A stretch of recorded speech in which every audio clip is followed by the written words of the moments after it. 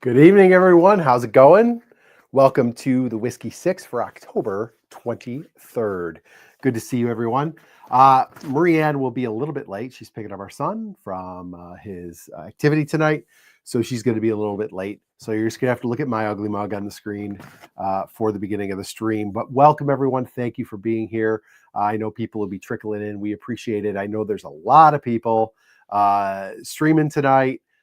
We appreciate if you're spending your time with us. If you're watching on the Bourbon School channel, up at the top of the chat, I have the link for the Whiskey 6 stream over on the Whiskey 6 channel pinned. If you go ahead and click that, it'll bring you over here and everybody can see your chat. What's up, Lou? Good to see you. Buffalo Lou in the house. Thank you for being here, buddy.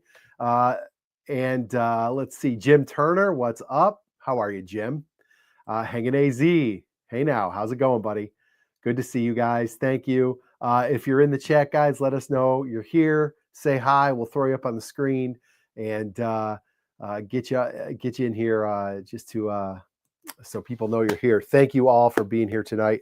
We're gonna have a fun show tonight. We're gonna talk a little bit of whiskey and a little bit of some news stories that came up. It's going to be a little bit lighter tonight. We got kind of into the politics and stuff the last couple episodes. Not that we don't enjoy that. I think everybody enjoys talking about that and mixing it up, but we are going to keep it a little bit lighter tonight. But there's some stuff that a couple of things that we actually were going to talk about in the last episode. And unfortunately we had to cancel because I mean, it was like the walking wounded. We had, 3 people sick, and another person was busy, and it was just like, it was going to be like 1 or 2 people. We're like, let's just move it until a night everybody can make it. So I think everybody is back in good health. I'm looking backstage. We're still waiting on a couple people, but I'm sure they will be here. So real quick, before we get started, we bring people in. Couple of things. We're going, hopefully, in the coming weeks, we're going to have some more details about our Corbin Cash pick. And the way you're going to be first in line to get a hold of that is to be a member of one of our Patreons. So Ben over at the Bourbon Note and Sean at Whiskey Wars and myself, Bourbon School, and Bobby all have a Patreon set up. And if you're a member of one of those Patreons, you will kind of get first in line access to the pick once it comes in. It's going to be Corbin Cash's first ever rye bourbon blend. We're calling it Bon Rye Bon, and we got an awesome sticker, Sean Connery, old school James Bond. It's going to be great. So join a Patreon. We got all kinds of levels, all kinds of dollar levels, and any Patreon will do. So go and support your favorite channel so you can get in line for that pick. The other thing I want to say real quick, and this is just from me, I want to thank Ron Garuti, who is a viewer, a member of our Bourbon School community over on Facebook. They sent us this Eric LeGrand whiskey. This is the limited edition Scarlet Knights, Rutgers Scarlet Knights Kentucky Straight Bourbon Whiskey. If you are not familiar with Eric LeGrand and his story, it is an amazing story. He was a football player at Rutgers. He was paralyzed and given very little chance to, really recover at all. Now he started this whiskey company, and we're going to review it, and we're going to have Eric on a live stream hopefully very soon. It's a really great, inspiring story. He's got a book out. You can get it on Amazon. You can check out, I believe it's like legrandwhiskey.com. You can check out all the offerings they have. But looking forward to cracking into this and then getting to meet Eric and having him on the show. So that'll be on a future Bourbon School live stream. But let's go ahead and get started here. Let's see who else is here real quick. Hangins here. DRC is here, of course. Farm Doc 300. Hello, welcome. Thank you for being here. We appreciate you. Let's see. William Hall, what's up? William Hall, I haven't seen you in a while. Welcome, sir. And Sharina. Sharina is one of our Patreons. Awesome. Good to see you here, Sharina. Thanks for watching. Okay, let's start bringing people in. Fresh from, I believe, a trip to France. And he came back looking like he might have a little more, few more bucks in his pocket, but I'm not sure why that might be. Let's bring in the whiskey cowboy, Sean. Sean, did you move while you were over in France? Yeah. Had some jewels I had to acquire. I thought I saw one of those dudes going down on the lift. He had a cowboy hat on. I swear it was you. Very low security. It took almost zero effort. Can you believe that shit? Like, was that crazy or what? I tell you, man, we're living in a crazy world these days. Like a James it's the best Bond timeline film. ever. It's like a James Bond film minus all the heavy security. Yeah, right. I tell you, yeah. What are you pouring there, Brian? It looks like a turkey product. It is. I'm pouring some Wild Turkey 101 8-year. Okay. Since the regular Wild Turkey is unfreaking drinkable. Yeah, I'm gonna drink this. Yeah, as well. I had to re-up. Got the 175 on clearance for $35 at Kroger. Yeah. whiskey wisdom in the house. Matt, what is up? Matt, we got to get you on here again, man. Yeah, cheers, man. Good to see you, buddy. Roger Randall, welcome. Good to see you, brother. Yeah, so and cheers, everybody. 101. Yeah, okay, there we go. Cheers, everybody, with 101 and Bougie 101. Mm-hmm. Matt's been sick as a dog. Sorry to hear that. Oh, that's so good. Mm. Mm-hmm. Yeah, exactly, AZ. No laser beams at the Louvre.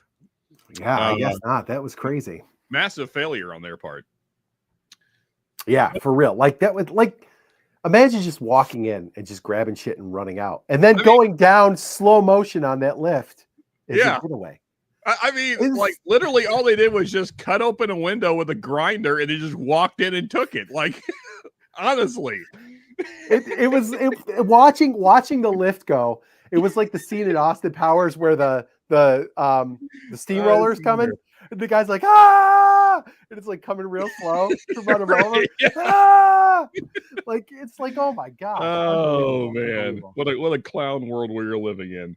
It is absolutely clown world. Speaking of clowns, let's bring in all the way from the left coast, our friend Rick. What's happening? DRC. Hey, What's happening, Rick? What's up, buddy? I did a hot mic swap. Is my mic okay today? Yeah. It's good. Right, went back to the old mic since the new mic wouldn't work. Tony I can't believe the house. What's up, Tony? Tony, what's up? Tony of the Fantasy Football League, Tony? That is the one. All right. He's got the most enviable record in the league. Okay. Poor guy. We're at Bobby's Patreon Fantasy Football League, and it's a pretty good time. It's a pretty good time. Interesting. There's less shit talking than I thought there would be, but yeah, we have to fire that up though. I think people are like worried and hurting their feelings and things like that. So I don't know. We'll see. Tony says it's already over. Some stuff now. Yeah. Tony says it's over. And Farm Doc, there was somebody else. I said, Uncle Larry. Hello, Uncle Larry. Welcome. Thank you for being here, sir. We appreciate you. Cheers, Larry. Right. So, Larry, you apparently are watching on one of the other channels. If you don't mind, sir, hopping on over to the Whiskey 6 itself. And if you're not subscribed, then, do that thing too. We'd appreciate it. Absolutely. Hey, Sean, how can you tell that? Educate me. How can you tell so there's so on their avatar, there's a little symbol. Yep. And maybe you can only see it if it's your channel that is. Is it a link coming from? Like a little paperclip? Yeah, it looks like a paperclip. Yeah. Okay, so Tony must be on the mine or maybe Bobby's connection. So Tony, you should log on to the Whiskey 6 as well. Yeah. Absolutely. Yeah. If you guys are watching on another channel, head over to the Whiskey 6. We're streaming it to all our channels to try to get more people out there, get it out there to more people. But we really want everybody to come over to the Whiskey 6 channel, hit that subscribe button, and then you'll be all set for future streams. Got a lot of people coming in.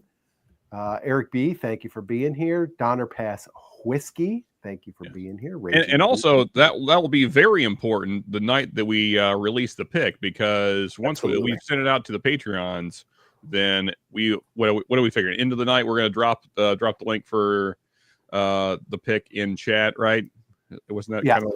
Yeah. So, and if you're not on this channel, you will not see that link. So Correct. Correct. So definitely, be here on this channel for that coming up here pretty soon. Definitely, you want to be over here. All right, guys. Well, we have some people waiting for some people to trickle in, but we'll kind of get started with the whiskey stuff because this is an article that showed up a couple weeks ago. Hold on, let me share my screen. Whiskey 6 divided by 2 tonight.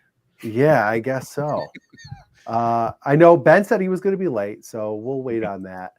All right. So we have this article here. This article is from the Lexington Herald Reader, so down in your neck of the woods in Kentucky. And basically, it's an article about, I believe, Stoli was going to pay off their bankruptcy debt in whiskey. And so this went to a bankruptcy judge. And so it says, a judge in Texas has tossed Kentucky Owl and Stoli's plan to pay off its bankruptcy debt with bourbon. It was planning to cover, the distiller was planning to cover $78 million in debt with 35,000 barrels of bourbon.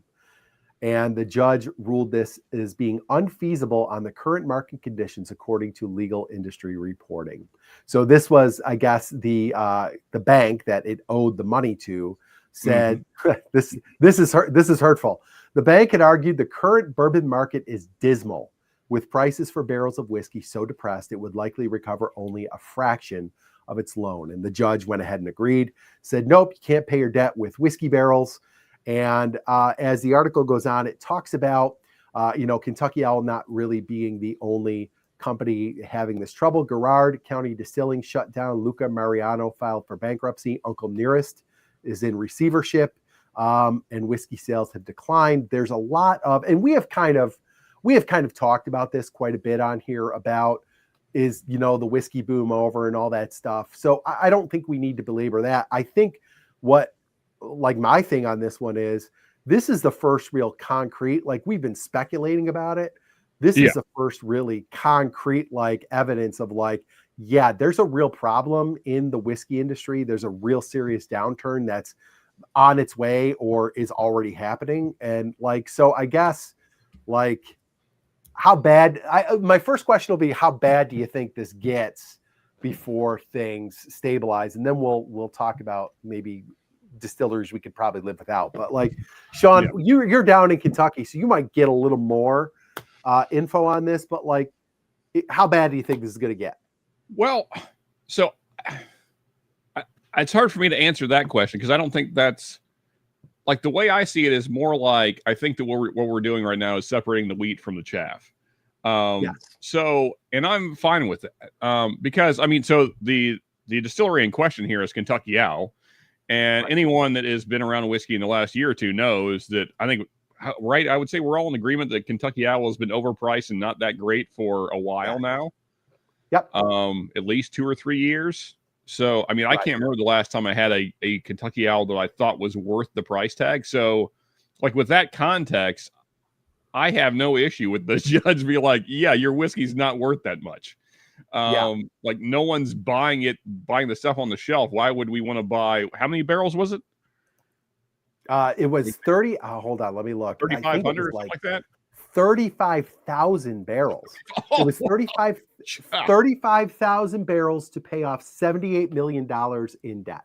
Yeah. So the stuff on the shelf isn't selling. What are we going to do with 35,000 barrels of it? Right. Yeah, the demand just isn't there.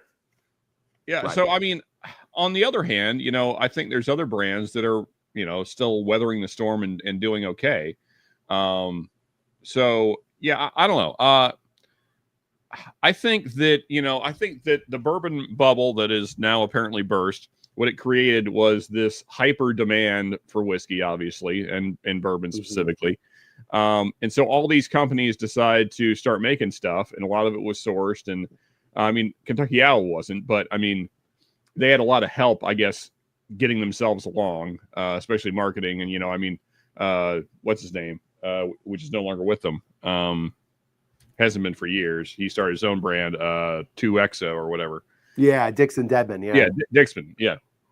So, all of those things kind of help build this brand, but then when you take those things away, then you just have another whiskey on the shelf. So, and I think that's what's hurt them is that, they at one point kind of garnered the price tag that was attached to it. Now they don't. And so, Right. I mean, it's like the same issue with Four Roses. Yeah. I haven't had a Four Roses in a long time that I thought was like incredible for the price.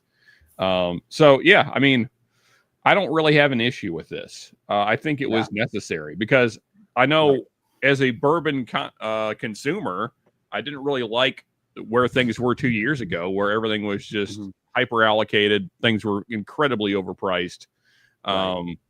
Just, I mean, some of the Foregate especially were just getting completely out of hand with the price tags they were attached to.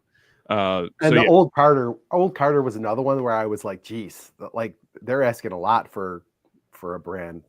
They were pretty expensive bottles. Yeah. I mean, and I think that Old Carter did a better job of maintaining a pretty high level of quality, but still, I mean, when you're asking that kind of money, it should be just absolutely mind-blowing whiskey every time. Right. And to your point, I don't think that was really happening every bottle, but yeah. So, I mean, to your overall question, how bad is it going to get?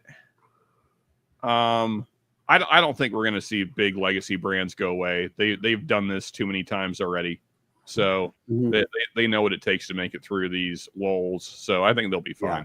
I think it's these, especially kind of boutique, I guess you would say, brands that are asking just crazy prices that we're going to see them go away, and they probably deserve to. So, William Hall says 50% contraction. That's my prediction. I mean, with all the labels that are out there, I don't think that's a crazy prediction either. I mean, I could see a lot of these smaller crafty labels going by the wayside. And then Hangin' AZ, this was an interesting point. Hangin' said MGP might be in trouble if they can't sell to upstarts.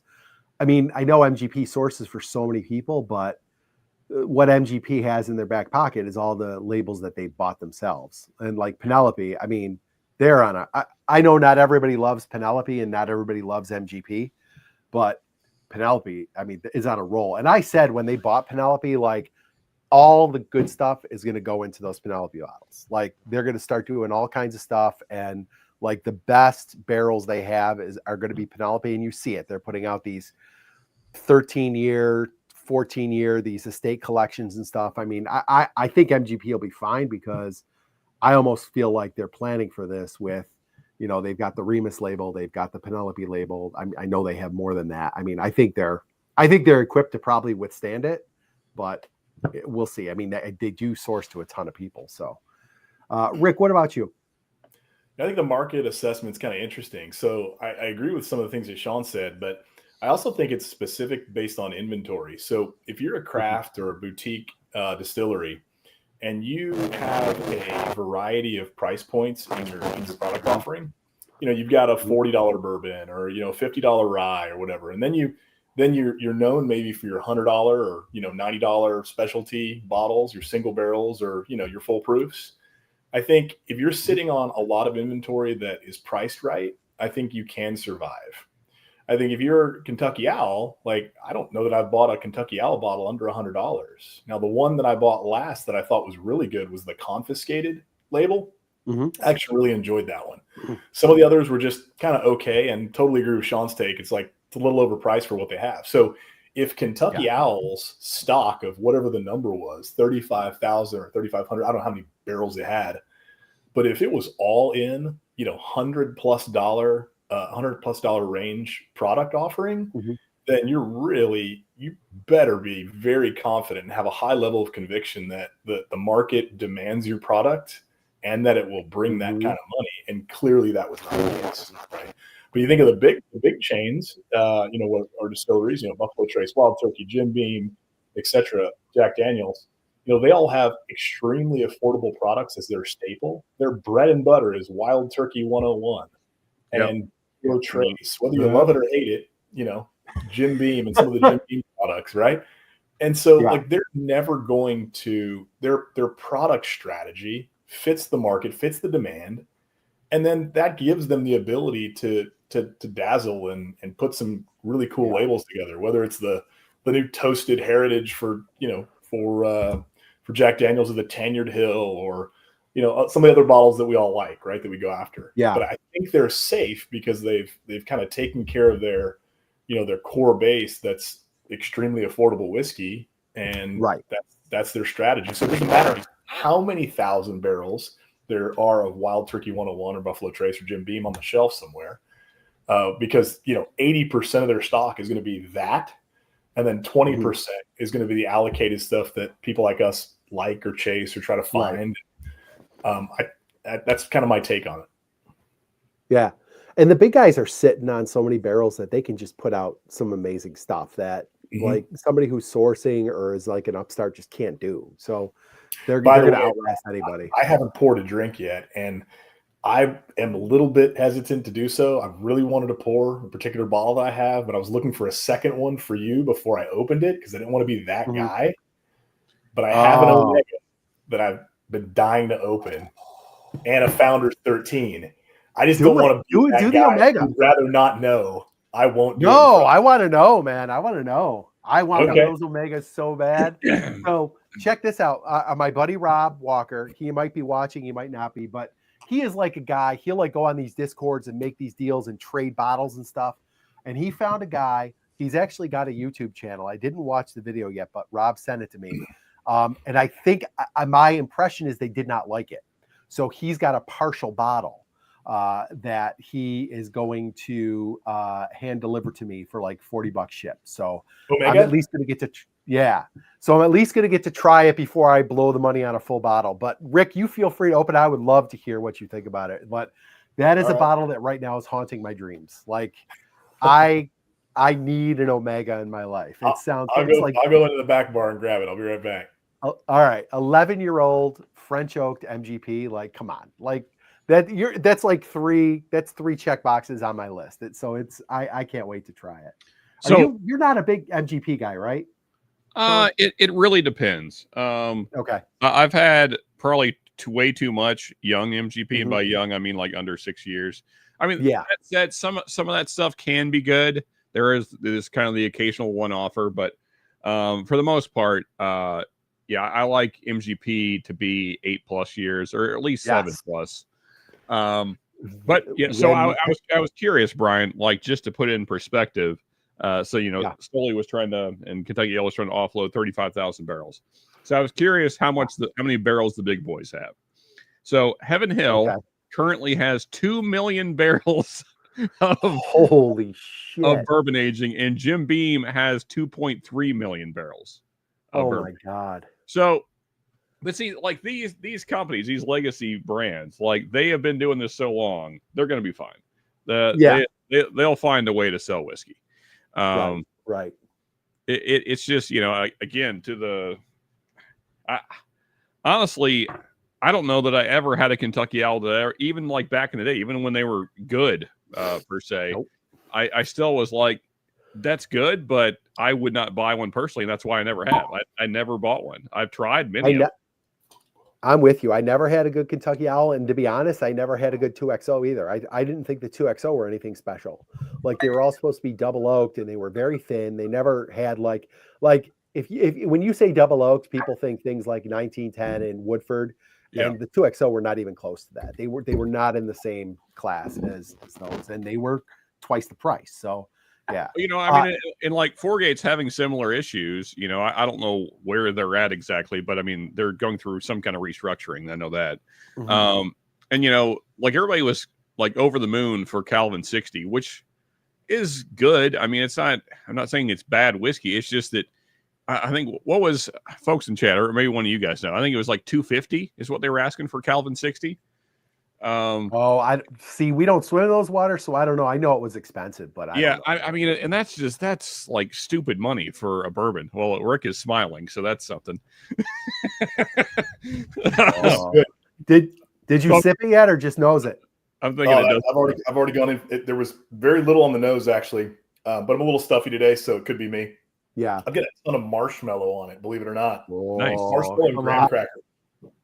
Oh. You're speaking my language, man. So like s'mores, we got some s'mores action going on. I'm a fan. So I know people have been lukewarm on this. Like I've had some people say they didn't get good ones, and others were like, it's good. This one, we just did a review last week. This one was like real campfirey, like wood smoke, toasted marshmallow, and then like on the back. Do you ever like char a marshmallow, like cremate it, and you get that black? You know how it gives you like that bitter on the back of your tongue? It's not a bad bitter. It's just like you taste burnt that. sugars. Yeah. Like this, we got a good barrel. I was very happy with this one. It was exactly what I wanted it to be. This is tasty. So Farm Doc says that's about $2,200 per barrel, give or take a few doll hairs. That's got to be low, right?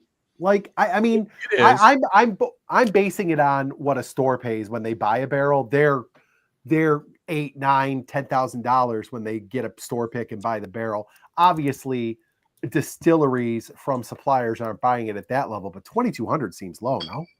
Well, I mean, it is, but at the same time, we don't know what all those barrels were. They could have had a lot of young stuff, you know. I mean, so like when you average everything out, you know, maybe it's not really that. What's up, Bobby?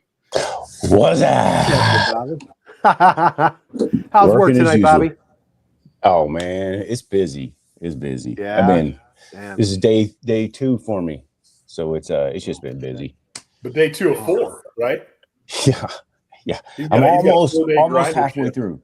Almost halfway through. So are you just there 4 days straight? 96 hours. Yes. Oh, No, 2 days are overtime. I mean, I did it to myself, but it's. But it's tell hard. them, Bobby, tell them about what you eat. Oh, want me to go grab some of it? Okay, I'll grab some of it. This guy, he'll take a picture of the lunch table. Oh yeah. There's like I get some of this stuff right here. And all sorts of What's up, Todd? 21090. yeah, they eat well. They eat well at the.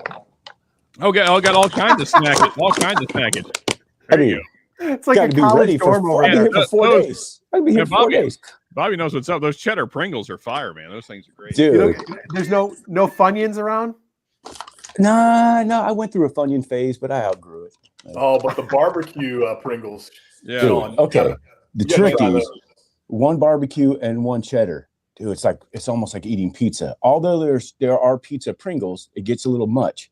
This is like eating a barbecue pizza. It's really good. There you go. It's one of each. Got to have the powder side down, though. Powder side down. That's key. You want cheese forward or barbecue forward. That's the one you put against the tongue. There you go. Okay. Hey, I've been doing this for a while. Potato chips. He's got it down to a science. It's that. I got it. These are the kinds of things you learn in the firehouse. This is good stuff. If you don't have croutons, you got a can of just regular Pringles. There you go. Right on your salad. Right on your salad, dude. Come on. Come on. Okay. I like the fried onion things on salad. So I imagine that'd be kind Those are good, dude. Yeah. Those are good too. Yeah. Those are Bobby's over there playing chess. We're over here playing checkers. I love it. Dude, got a firehouse chess right here. We've just learned that not only is Bobby a bourbon connoisseur, but also a Pringles connoisseur. So, dude, I'm about to have Pringle and bourbon pairings. Oh yeah, hell yeah! Shoot, man. Hey, Doc Swenson's can blend some MGP. Agree. The blender's cut, and that is only a 5-year-old one, and that is a really nice bottle. I like it a lot. I know, Sean, you said you like it more older, 8, 9, 10 years old, but that blender's cut is a nice bottle for $40 or $50. Doc Swenson's, yeah, I'm with you on that, Sean. Though, like when I had the Penelope, the 9-year, that first 9-year they put out, totally changed my whole outlook on MGP. I was like, oh, this is the kind of MGP I want to be drinking. It was freaking delicious. Yeah, I mean, I think that Doc Swenson specifically, they have some really great blenders over there. Yes, absolutely. They've always got some good stuff at Costco too. Actually, it's always a great price. You can always get something Doc Swenson's around. Oh, that's a good call. They do some pretty wild finishing stuff too. They do. Yeah, Todd 21090 is here. What's up, Todd? What up, Todd? Seeing Eric Ellis, fellow Western New Yorker. He's got the old Sabres goat head logo there for his avatar. I like it. Let's see who else. That's it for now. I like William Hall. I put this up before, but I like this. Hold on. For $200 a bottle and higher, it better tie my shoes, slap me, and call me names. My wife won't. That's it. That's what she said. That's fair. Yeah. That's fair. Were you guys talking about Stoli? Yeah. We were talking about like how bad do you think it'll get? And like, I think overall on our side, on the buyer side, the consumer side, it probably will end up being good for us. I But think I so mean, too. in the industry, how bad do you think it's going to get? Like, do you think it's going to be a bloodbath, Bobby? Yeah, I think if they're not, I think Stoley's probably, well, Kentucky Owl specifically, they're probably gonna, I just cut them loose, dude. I mean, I've had it right when they first came out. Okay, they had some good stuff, but then they ran out of that product pretty quick, right? Then they started, hey, we got to keep this name going, and we're gonna charge you what we're charging, and maybe even more for this stuff that's not as good as what we were giving you originally. Right. And then they kept playing that game like everybody else was. The prices were going up and up and up, but now they got themselves in a pinch and they're trying to live off the name. And it may be a cool name way back when, but it's just another name nowadays. I mean, everybody knows if you're doing what we're doing, that you're not going to live off the name very long. You better start putting out some good products. And it's, I have the St. Patrick's Day, and I've got I forget what the red one is, that Japanese one. I forget what it is, Mizunara or something. Yeah, but they're pretty good. Oak, but I got them at Costco, and I wasn't going to pay what people pay for them or what they want for them. I mean, dude, those freaking bottles, not those bottles, but the regular bourbon. Dude, they want over $200 for those bottles. I'm like, dude, it's not worth it. It's just not. Yeah, they're crashing and burning. The last one that I had that was really good was that I thought was good was Confiscated, but that was the last one that I can remember that was decent. And I think I spent 110 on that bottle. Yeah, and it's not bad. They're not bad. I mean, they're actually good. Those are good, but it's not anywhere near like, it's not going to, we're not going to continue a conversation about them in another episode. Like, shit, did you have that Kentucky Owl? Man, that Confiscated was good. No, it's not that good. Oh, yeah. And OG Brick. Yeah. Dixon, he did leave. So Todd, when are you guys expecting yours, or can you say yet? Because we're still waiting. Shred in the house. Patiently. There's other shoot. You guys know Westward Whiskey too, right out of Portland, out of Oregon. Yeah. Oh yeah, they just filed bankruptcy, right? They just filed bankruptcy, so they're really. Yeah, I mean they did a lot of like in-house tasting and stuff like that. They're kind of trying to live off that a little bit, but they're single malt, right? I would say they're a really good single malt, but I wouldn't say there's a gigantic, booming, huge market for it here, American single malts. I mean, it's even if we like it, but except at Sean's house, the general population is kind of like, yeah, okay.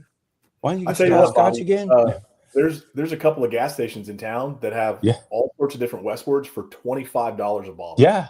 Yeah. Oh my God. I'm saying, Rick, you mean you need to talk after the stream? Yeah. Okay. We can. Yeah. I'll go to the gas station for you. Yeah. Holy and then cow, besides that, we got the Uncle Nearest. If we're talking about shit that's going down, I mean, they got multiple lawsuits going, and they'll probably survive on the name just because they're connected to Jack. But for how long? If they don't start producing some good stuff, it's just I guess my thing was with Uncle Nearest. Were they ever up? Well, that's the thing. I mean, you know what? I got called because I said it wasn't good. Well, that's right. I had a similar review. It's not good. It's not very good whiskey. I haven't had them all, but what I have had isn't good. It tastes like a little bit better Jackal No. 7, and that's not good at all.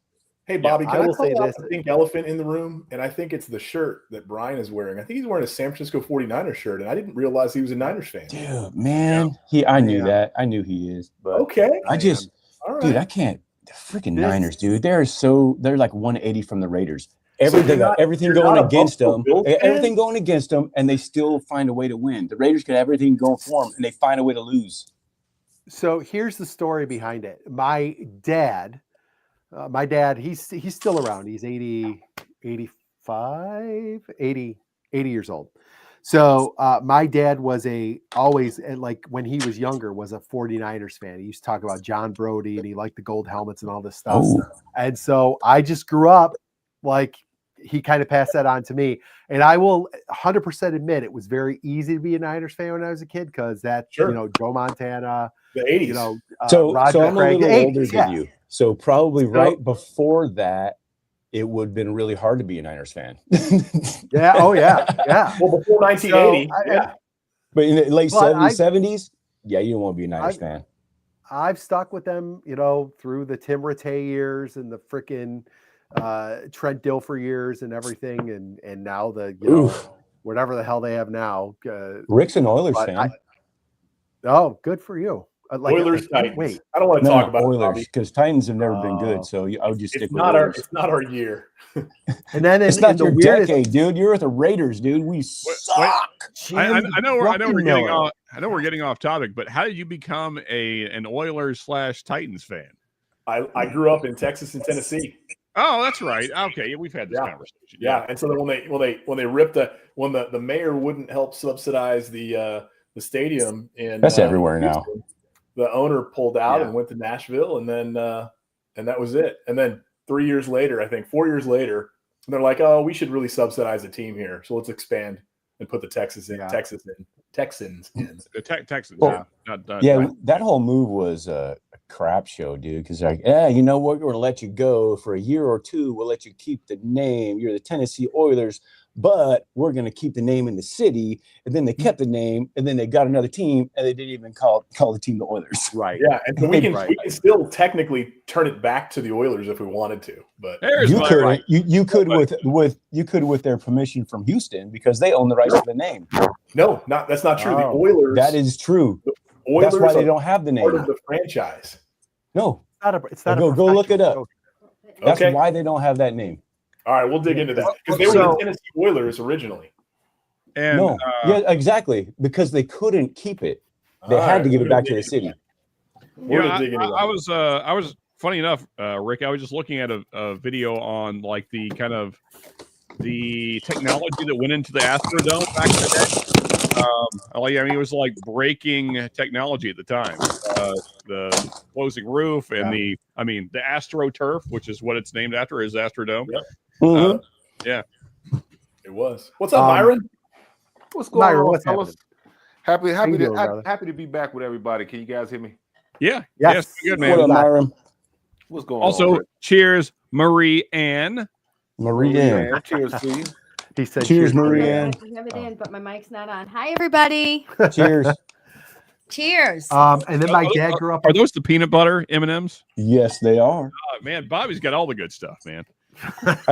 Peanut used to be my favorite, but 10 peanut cans butter, I Pringles. kind of went over. I'm like, these are nice. The caramel are pretty good too. Yeah, they are. They used to like the crispy rice ones were like pretty these good, but I don't earbuds. think they make them anymore. Should just talk about All right. snacks. So I have another quick whiskey question, but before we get to let's wrap this one up. Myron, the question was like the Stoli stuff, how Kentucky Owl, is it bankruptcy, all these companies contracting now and stuff. Like, how bad do you think it's going to get? Like, we're talking about, like, we already said that kind of for consumers, it's probably going to end up being a win. But like on the industry side, like how much of a bloodbath do you think it's going to be? You know what? It's hard to tell, man. Some of these companies are resilient, but other companies who got in and bought like at the height of the market when they were buying barrels for what, $6,000, $7,000, $10,000, and they won't be able to turn around and turn a profit. Yeah, it'll be great for us. It'll be great for us, but I don't know, man. I put it this way. I know it is going to hurt, and this isn't saying anything prophetic, but I know it is going to hurt a portion of the industry. I'm just not I'm not sure how large of a portion of the industry it's going to hurt. Right. Yeah. All right. So the other part of this discussion was to have everybody, like, we're obviously going to lose some brands. We're going to lose some labels. There's going to be some stuff you're just not going to be able to get anymore I can't believe because you just did that. they're what? Flung that. Oh yeah. So we're going to lose some labels and some brands in this mess. So what ones? Oh, I'm so glad we're here. What ones is everybody willing to throw on the fire? Guys, Like, I want you to this is see the- my this is the fun preparation part. today. Oh yeah. Look it. I have 6 pages of show notes my today. gosh. I did Oh, my wow. research. Okay. so like let's do one or two distilleries or brands that you are willing to sacrifice on the pyre Only of one or two. whiskey industry shit show that you will be all right, that you won't miss. So you were excited about this question. So Sean, what say you, sir? And chat, tell us what are some brands you are willing to part with in all of this chaos? Well, for all the reasons we've already talked about tonight, I know this is going to hurt some feelings. Maybe Old Elk. Sorry, I have yet to have a bottle that's worth the price tag. I've bought like 6 and at a variety of prices. Have yet to buy one that was like, yeah, that's worth what I paid. Not a single time. So yeah, if they go away, not going to hurt my feelings at all. And again, all source stuff. So don't care. The sourcing will just go to somebody else.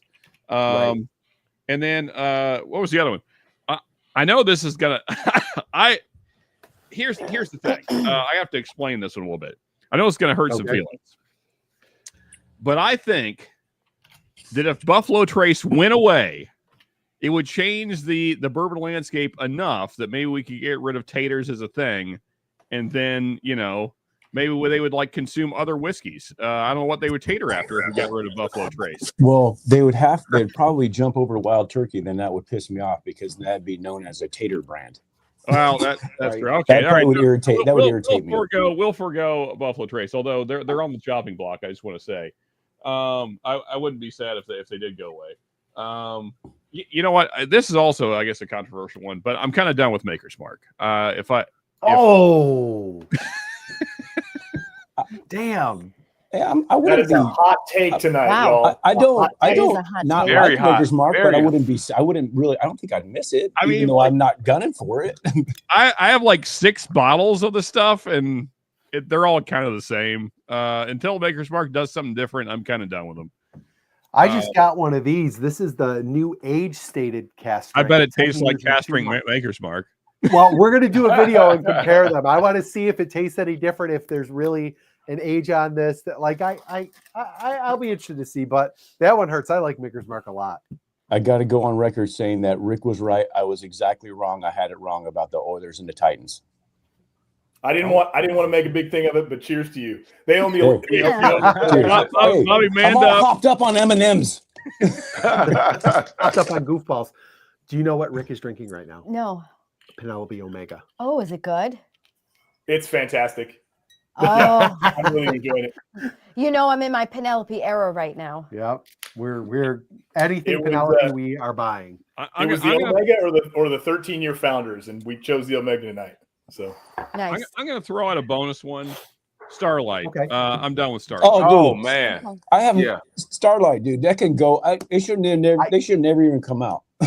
I've not had anything good from Starlight. People that were pumping that up, they were just pumping up because they got told to pump it up and they got a free bottle or something. I don't know. I didn't have anything good from Starlight. The problem with Starlight is everything is 4 years old. No matter how many years they're in business, everything is 4 years old. It's like, yeah, but you know what? I tell you what, I think in Texas they'd say 4 years is just long enough because there's a lot of good Texas whiskey.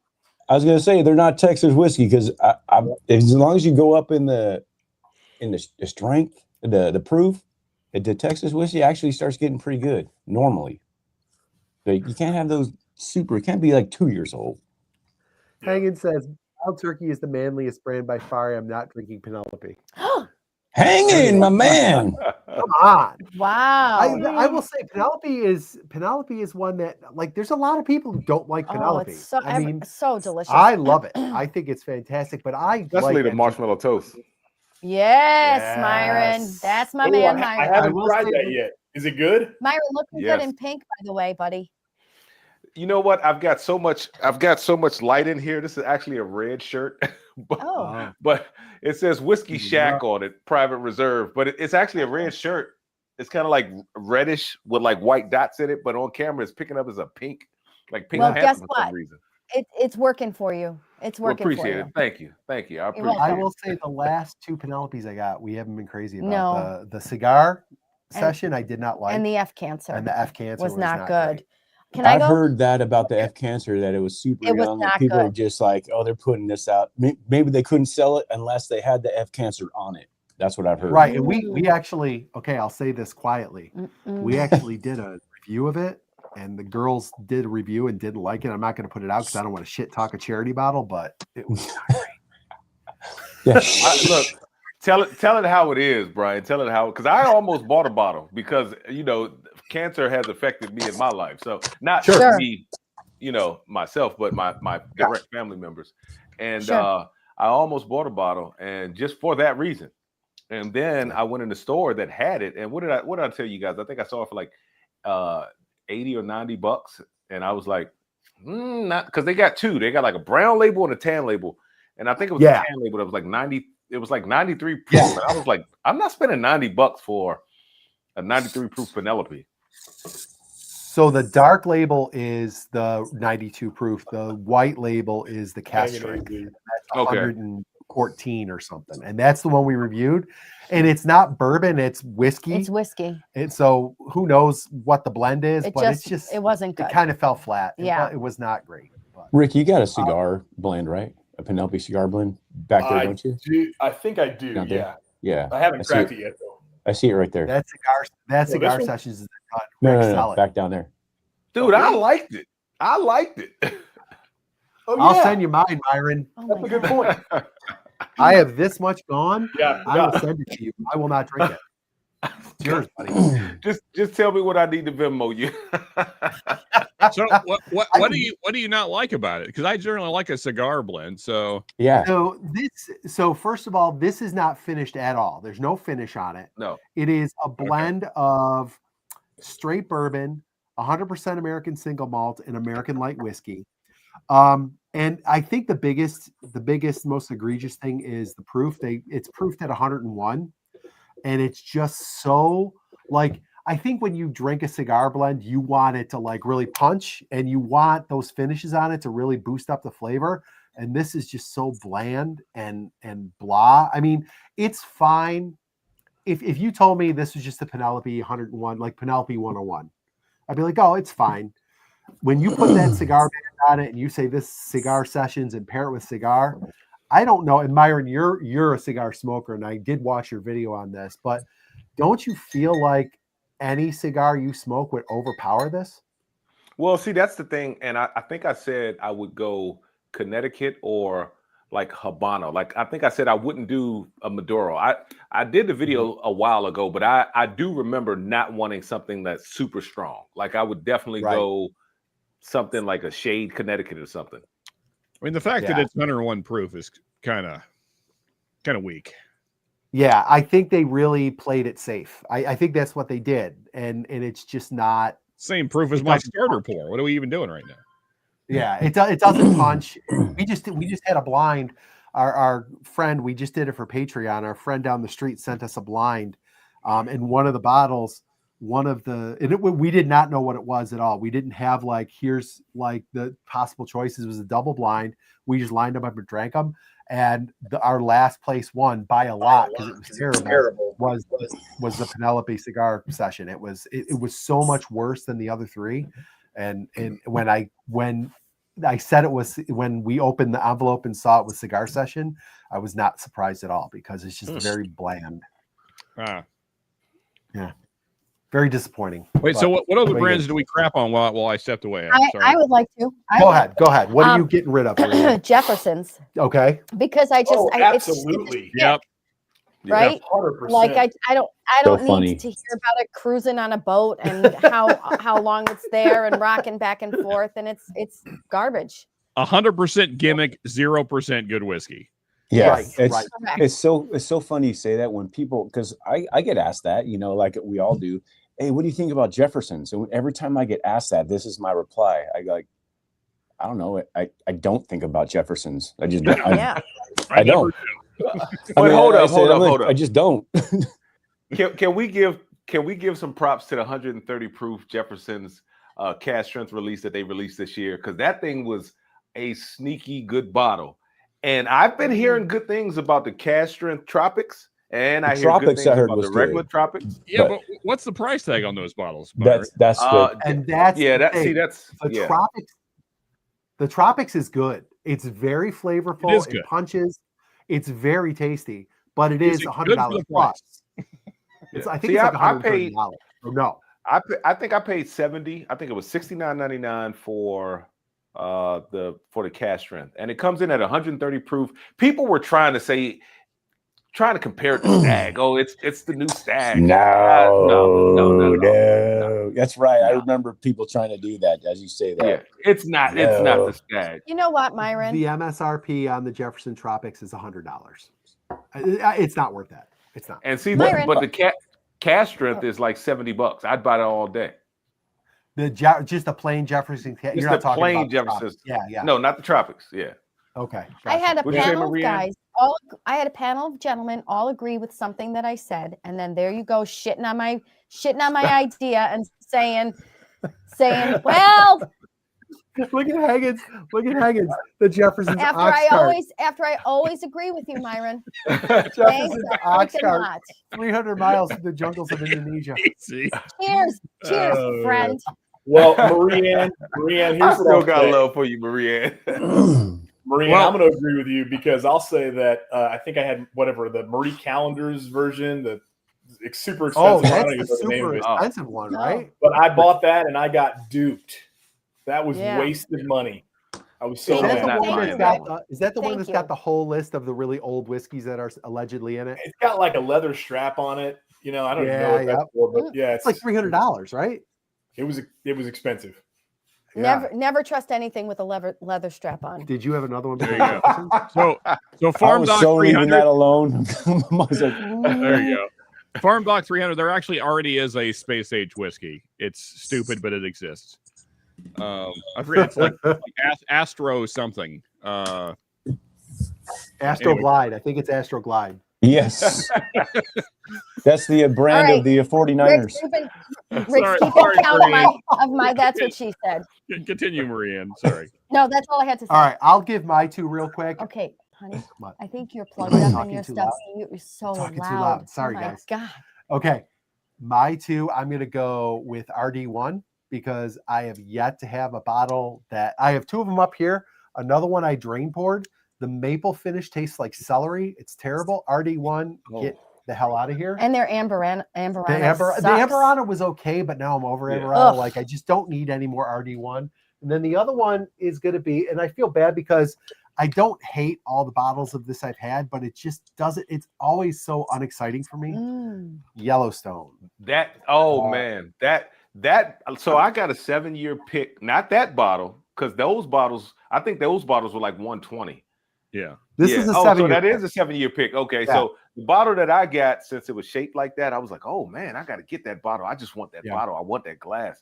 And I bought it and got it home, and I was like, wow, like this is just so uneventful, so unexciting, so So Man, uneventful. This is whiskey. yeah, just Yep. it's That is and the it- thing you can say. and it tastes like super concentrated cinnamon red hots, but Ew. I, yeah, Oh, you got yeah, one of those. Huh? I don't All want right. that at all. I do not want that. yeah, I Gold didn't. bar is- It was a letdown. Okay. All right. Myron, do you want to get rid of a brand? So Sean said Old Elk, which that was on my list, but High West and Jepta Creed. They can Dude, go. Hold up now. you got to go first when we're doing this stuff because like all of mine have been taken. I got to come up with some new ones. Me I too, can, Bobby. but Me crap. too. Jepta Creed. I'm going All to have to send Myron some of this bottle here. Yeah, you said it was a beast. I mean, I'm not saying it's like whiskey of the year, but it's good. It's very drinkable. But that said, to Myron's point, their shelfers are pretty suspect. I could not recommend. Oh, OG Brink thinks your High West is a hot take. I don't know. Really? Nah. I've only really had one good High West. There's like bottle. one or Like two good things from them, but I mean, we had but a as- pick from a store that was Manhattan barrel finished, and it was really good. It was on one of Brian's first shorts that he ever made. Yep. And Sippin' I on sipping High on West. High West. Like that's how he started the short. Like I still make fun of him for that one. It was good though. That was a good bottle. He goes sipping on High West. Yeah, I mean, like if you can get some of those picks that are out there, especially the old ones, they are great, but even those aren't as good as they used to be. They say the old rye picks are really good. Oh yeah, I've had some. Especially with some of those crazy finishes they were doing that were they were really, I mean, very interesting, like very unique. Yeah. But All right, but these days, Bobby, before they take any more of your answers, you got anybody you're willing to throw on the fire? I got two. I mean, like I said before, at the risk of being called something I've been called before, Uncle Nearest can take a hike. Yep. I like the the story and all that stuff, but you got to produce some good stuff. Can't taste the You story. know what I mean? You can't taste the story. I mean, I like the story. I like it, but also I'll jump off that. You guys know what I think about that, but how about specifically the Bardstown Discovery Series? That can suck it. Yeah, I got that. I like the Fusion Series better than Discovery Series, and that's supposed to be the poor man's series. I'm like, dude, I got screwed like 4, 5, and 6. I bought them blind because people like. I guess the first one was Bourbon Junkies, right? When I was new into this. Oh, this is great. This is great. Dude, did someone pour this across someone's dirty feet or something? Because it was not good, dude. And then I'm like, you know what? How about number 5? I'll try that. 6. I got burned 3 times in a row. 3 strikes, you're out. See ya. Yeah, 5 was all Dickel, wasn't it? Dude, 5 was rough.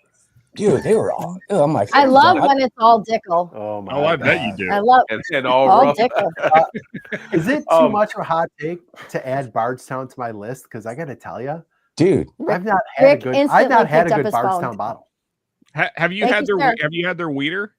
Yeah, The like the $55, goes the crazy. crazy label. Yeah, it's fine. It's horrible. It's bad, man. well, you don't like it? I'm not saying it's incredible. I'm just saying it's a decent weeder. Everybody I will is say like that the Bardstown weeder is it's a banger. You got to get it, and I got it, and I tasted nothing but corn husk and grass. That sounds delicious. the thing that got me about that one I'm not putting it at banger level. I want to be clear. I just think it's a decent weeded whiskey. People were like, "Oh, this is the Antique 107 killer," and it's like it's not even in the same league. Sorry, No, it's not at all. Like, come on, guys, let's get real. man. Okay. Rick, you gonna Whistle who's getting Pig. voted off the island? I mean, I got a couple of boss hogs. Yes. Whistle Pig's got to go, and then I'm just going to tap on and like piggyback everybody here and say Old Elk, Jefferson's, for sure. They've got to go away. I had one good Starlight bottle, so I'm not going to jump on that bandwagon. But I had another one that was finished in rum casks that was garbage water. So I'm just going to make that neutral. Yeah, I think Whistle Pig overpriced, and we've all come to love different ryes, whether it's Corbin Cash or some of the other ryes that we've tasted. So my rye needs have been met, and I don't need to rely on Whistle Pig for their marketing. I mean, the Og is with you, Sean. I have a question. I have a question to the panel. When was the last time anyone had a disco or a Whistle Pig that was worth the price tag? Worth the price tag? Not even close. Really, I don't even. Even if they're decent, they're not worth the price tag. You called it Wisco. Disco 10 was really good, but even though it was good, I wouldn't go out and spend $130 on it. That's it. That's what I'm saying. That's it. Even if they're decent, even if they're good, they're not worth the price. Even if they're good, they're not like, oh snap. This is good. I just poured this. This is pretty tasty.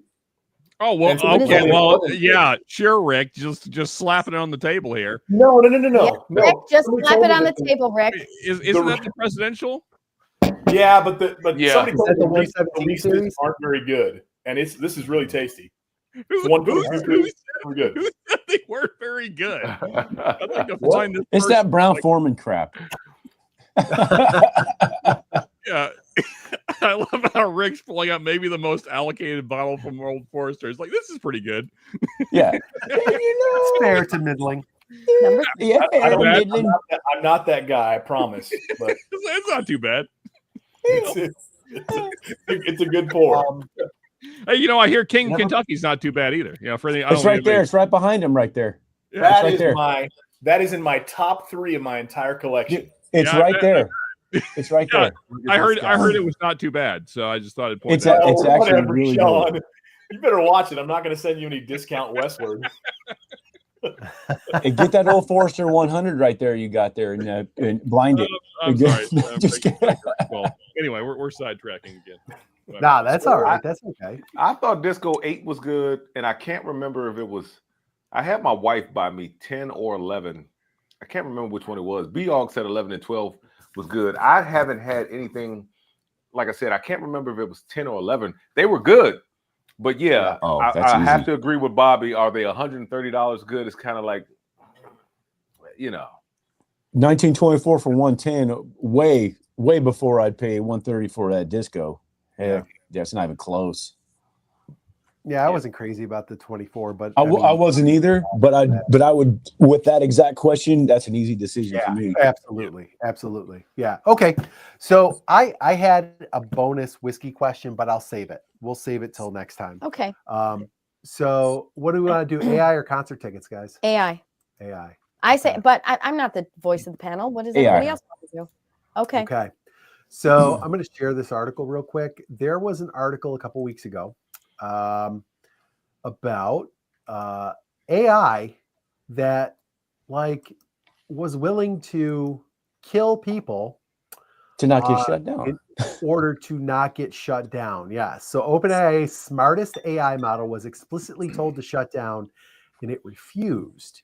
And so the article, this is article from Live Science, and basically they started to talk about how the latest AI, OpenAI model can disobey direct instructions and turn off, and will even sabotage shutdown mechanisms in order to keep working, an artificial intelligence safety firm has found. And they go on to describe how basically they gave the AI a heads up that we're going to be shutting you down. And AI is programmed to, it has a specific end, a specific task. Like you give it a task and it is programmed to basically finish that task. And if you say you're going to be shut down, the AI, it's kind of counterintuitive for the AI because it wants to finish this task. So they basically put it in situations where they were like, what does anybody remember what the situation was like? Because the person they had a person in a room and they were like, this person will die if you don't. So do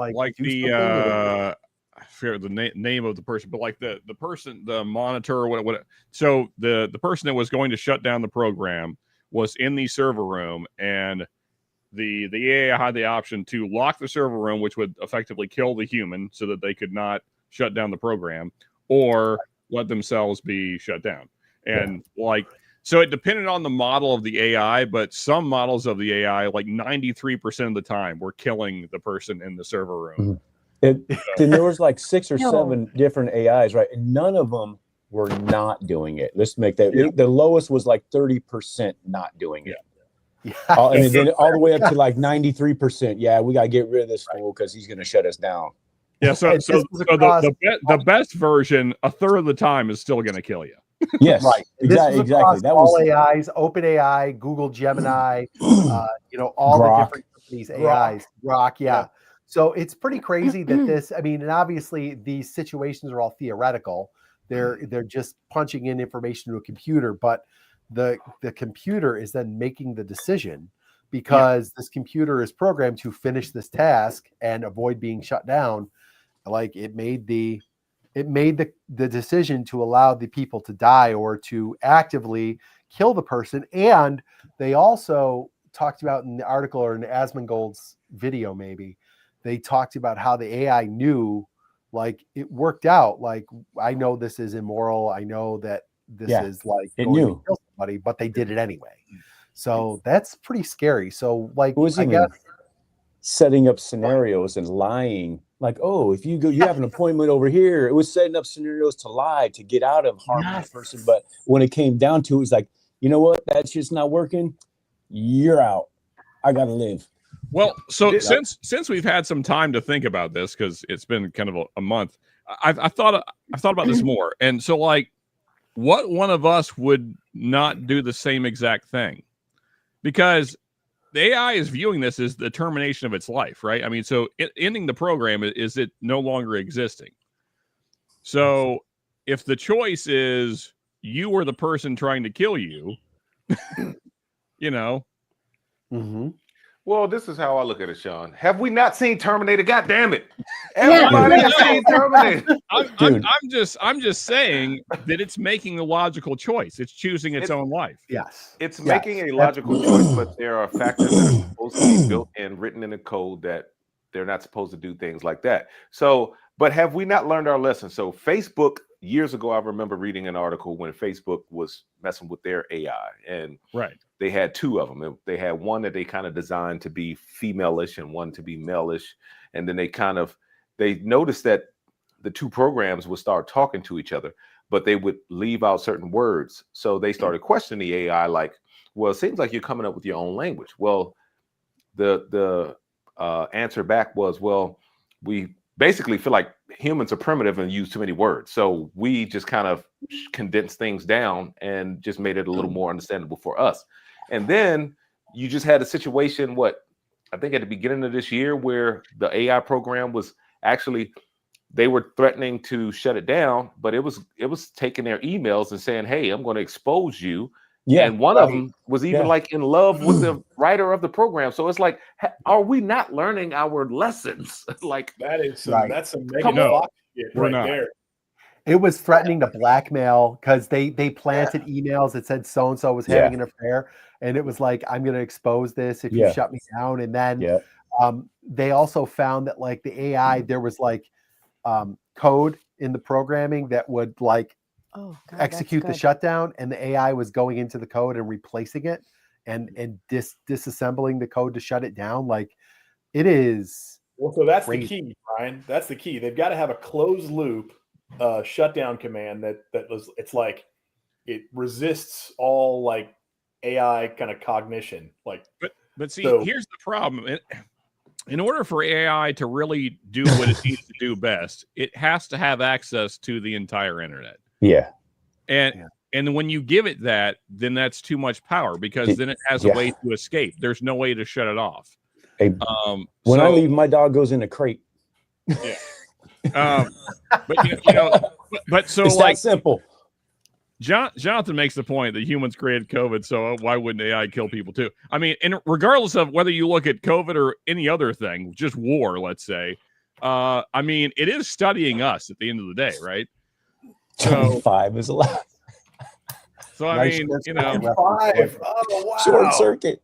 All I'm saying is, I think we're expecting it to be better than its maker. No, it's really is. Is it AI that's evil, or is it people that it's in the hands of, and what are they going to do with it? Who's creating it? I mean, it's written by people in the beginning, right? Yeah. Well, I mean, and it only has our world to study, so Unfortunately, yeah. What's funny, Bobby, is the first computer I ever built, I named Johnny. Really? Was it a 386 DX like 16 or something? Commodore VIC 20? No. It was just a basic budget gaming computer. I named it Johnny 5, and then the one that I'm on now is Johnny 5 2.0. Dude, but nice. You will not see any AI coming from me. I am not that smart. Dude. My buddy and I in high school built some computers, and we placed a $20 bet. And I'm like, there's no way we'll ever get away from DOS. This Windows thing's not going to last. And he never collected on the $20. Like, he never collected on it. As you put your phone down on your modem. Crazy. AI is 90% funny videos. Oh my gosh. Dude. Have you guys seen the Sora videos? The what? The Sora. The Sora makes these AI videos of like the historical figures. Yeah. Oh yeah. Like George Washington coming into WWE Raw and like power bombing Abraham Lincoln. It's amazing. This is what AI is. This is the highest form of AI, in my opinion. Yeah. This is what we have AI for. Yeah, this is what we've worked so hard for. But that's what we do. We come up with the smartest technology to entertain ourselves. Like that's it. Like, so just so we can dumb it down. The interesting powerful force in technology, and we use it for dick and fart jokes. Yeah. What were you going to say? But the best dick and fart jokes. Yeah. I think the interesting part though is going to be like how it affects the workplace. Like in terms of like job layoffs and on the serious level. Yeah. I think the jobs that'll be at risk are people that code, people that do computer-based jobs. I think there's going to be a rise in blue collar trades. I think electricians, plumbers, mechanical, tradesmen those are going to be at a premium because somebody has to build all the power that fuels the AI data centers. And like BlackRock just went hard in the paint right now on buying a ton of companies that are utility companies and power companies. And so they're going after the source so you can fuel the data centers that run AI. So it's an interesting shift in the marketplace because, for about 15 years, a lot of the blue collar trades, which is unfortunate, started to like fade and everybody's focused on coding. And now there's going to be a resurgence in trade labor. So it's interesting to see. Hey, hey, what up, Ben? What's up, Ben? Wait. We have to do his introduction appropriately. There he is. Carson Wentz. You know him. Carson You Wentz, love him. The red-headed stallion.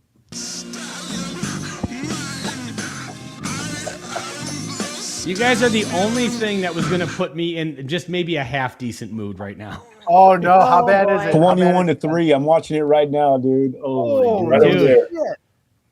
It's just this. Oh, God. You know what? One thing I've learned as a Vikings fan is you never count them in or out of a game because it's the craziest shit happens to them, but we have no offensive line. Everyone's injured. Carson Wentz is our backup. He's injured. It's just Carson Wentz, he's injured? What happened to him? Well, he's playing with an injury. He's got his shoulder in a brace, and then he's still on the field, but he came off the field like two drives ago, just like wincing, like he hurt it on a play. He's got like a non-mobility Carson brace on, and Carson coming back.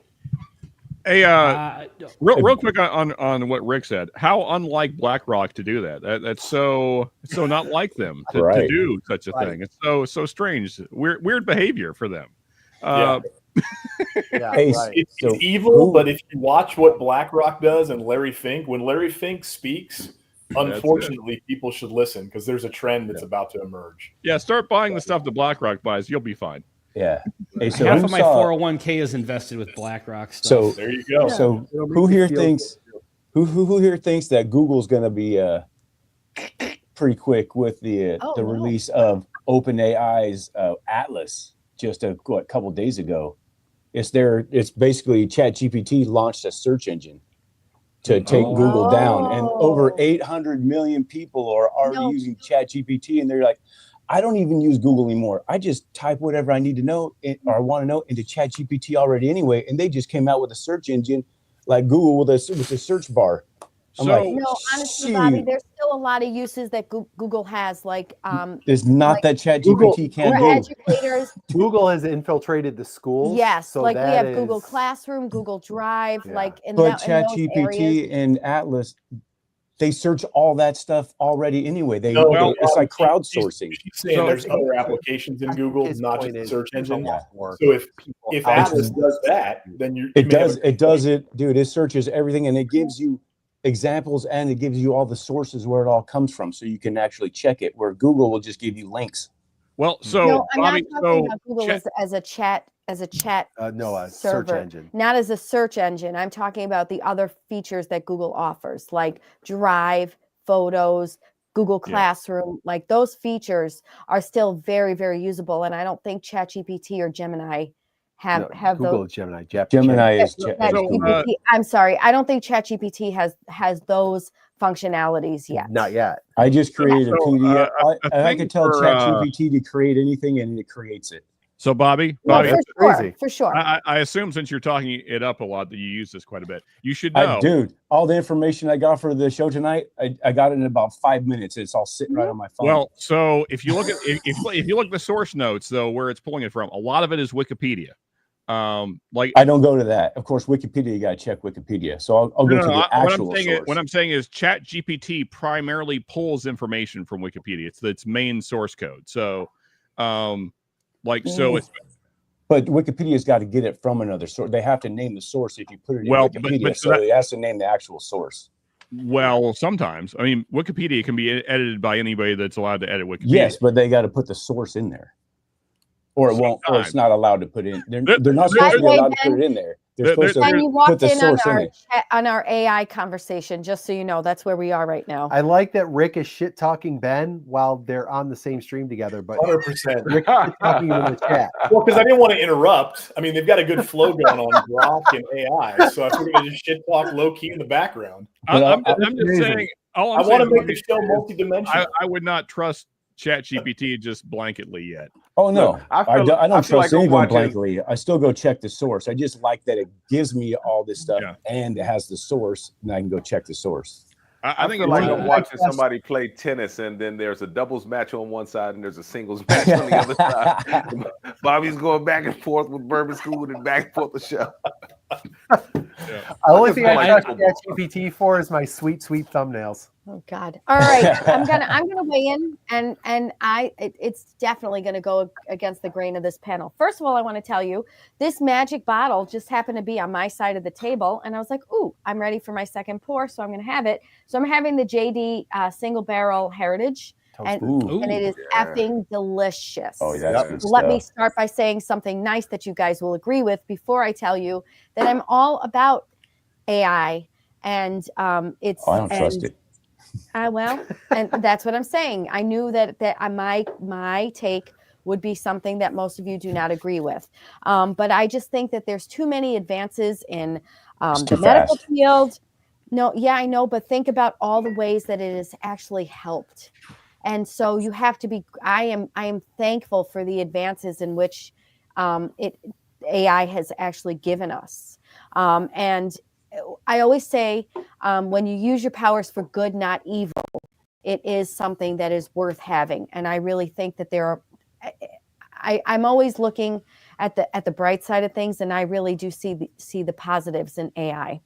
I love your optimism. Look on Sean's face. With great power comes great responsibility. That's For true. sure, for I tell my sure. kids that all the time. Peter Parker, right? You know, there's been so many dictators that started out really nice. Oh, right. Yeah, no, I know. It's such a Anybody- double-edged sword.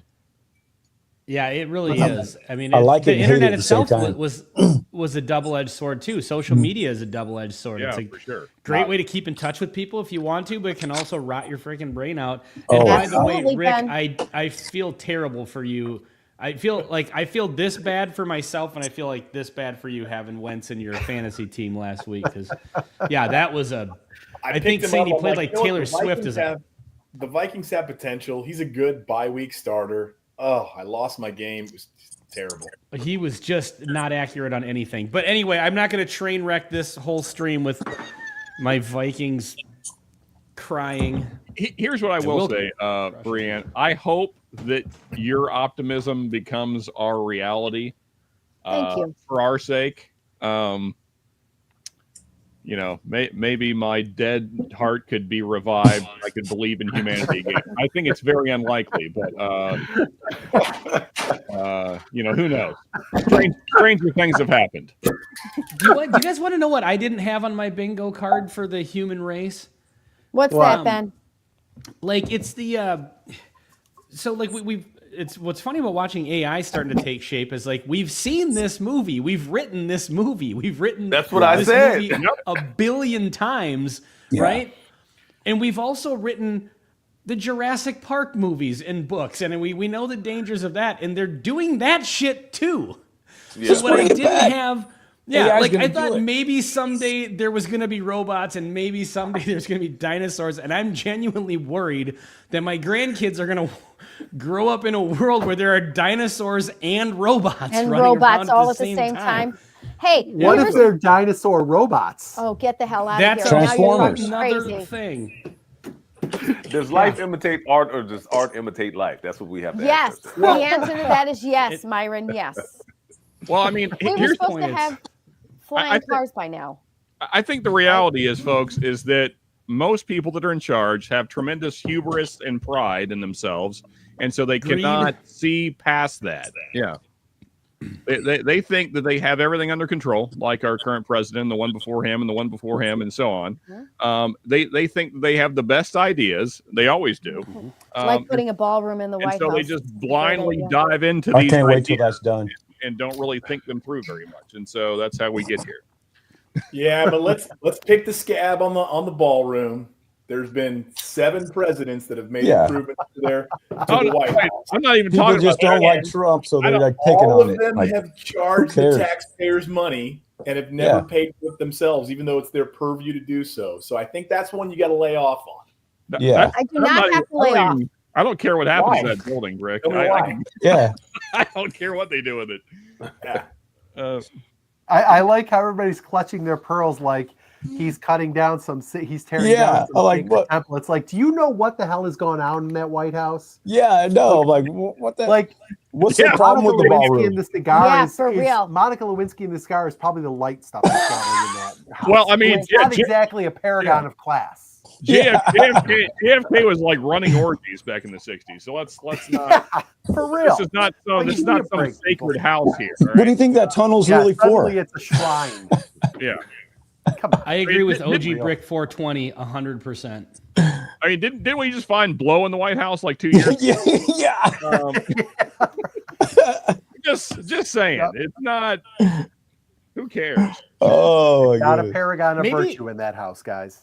Yeah. Maybe what we need to do is just every time we elect a new president, just go the opposite. Like the second you get elected, you get handed $5 billion, hookers, cocaine, anything you want, and it's all there. And then now there's just no scandals. There's nothing to hide. Yeah, he's doing blow. He's spending billions of dollars in taxpayer money.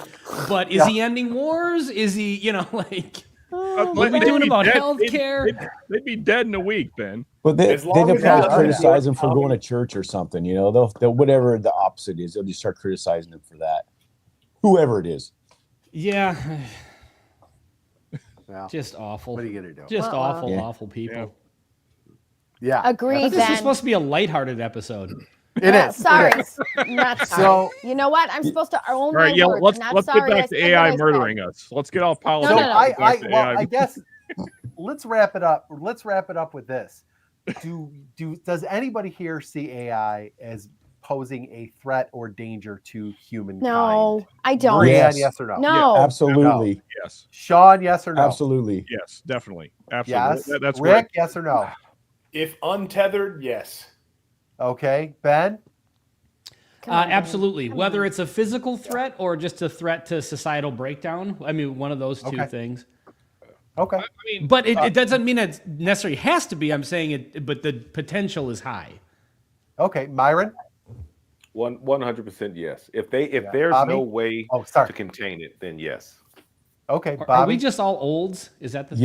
Yes. We're just too dumb to not let it. We're too dumb not to let it out of the box. I'm the only one who said no. So We're too dumb and proud to not let it out of the box. I mean, here's the thing. Once this gets to a level of intelligence, I guess we'll call it, where it decides the word, and also once we give it the full range to create robots and stuff, which is where we're heading, by the way. We're already doing it right now. Like once that's fully automated and optimized, like all it has to do is just like hack the codes to like send nukes to the right places, and then it's over. Right. That's it. Yeah. And it can do that because it's a computer. It'll just run the code till it finds it. Like William Hall, 100%. Yeah. Yeah. I think that is definitely. I think we might already be heading in that way.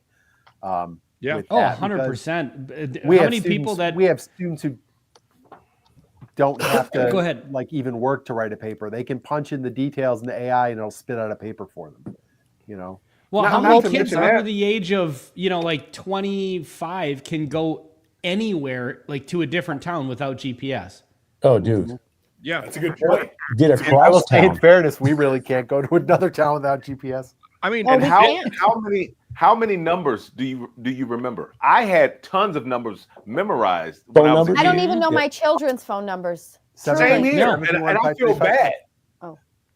And I feel bad. And my wife, when we first set up their accounts, my wife made their phone numbers easy to remember. And I'm like, she's like, you don't know his number? And I'm like, I'm sorry, babe. But No, I don't. Mackenzie I know Brian's number. I know my number. I do not even know my kids' phone numbers. Yep. Truly. Hey, you want to see somebody squirm that's under the age of 25? Give them like a $10 bill and tell them to give you change for something. Give you change. Bobby, forget it. Dude. that's exactly what I was just about to say. Yeah. Like I am blown away Tell by time the on an number of actual people- clock. By the number of people that just can't do basic math. Like most Americans cannot do basic math now. It's staggering how many people cannot. Rick, we had analog clocks in our school, and we had to change them all to digital because the kids couldn't. Same here. I bought a digital clock on the Same here. TikTok shop so my kids could tell time in my classroom. Dude, they did the same at the high Nice school pop. in town. Nice pop, Rick. Nice pop. Thank you. That's what she said. Yep. Number 4. What was that, Bobby? Sorry, Bob. That's 5. I said, That's what I was she going to say said. they did the same thing at the high school where I coached football.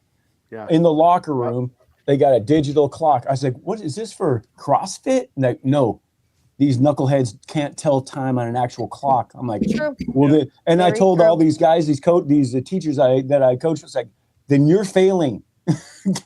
Somebody's failing. Jeez. Eric, this is the thing that I see as an issue. He says AI will eventually be controlling military jets, helicopters, tanks, etc. It's not going to give They it already power are. which needs it. Mhm.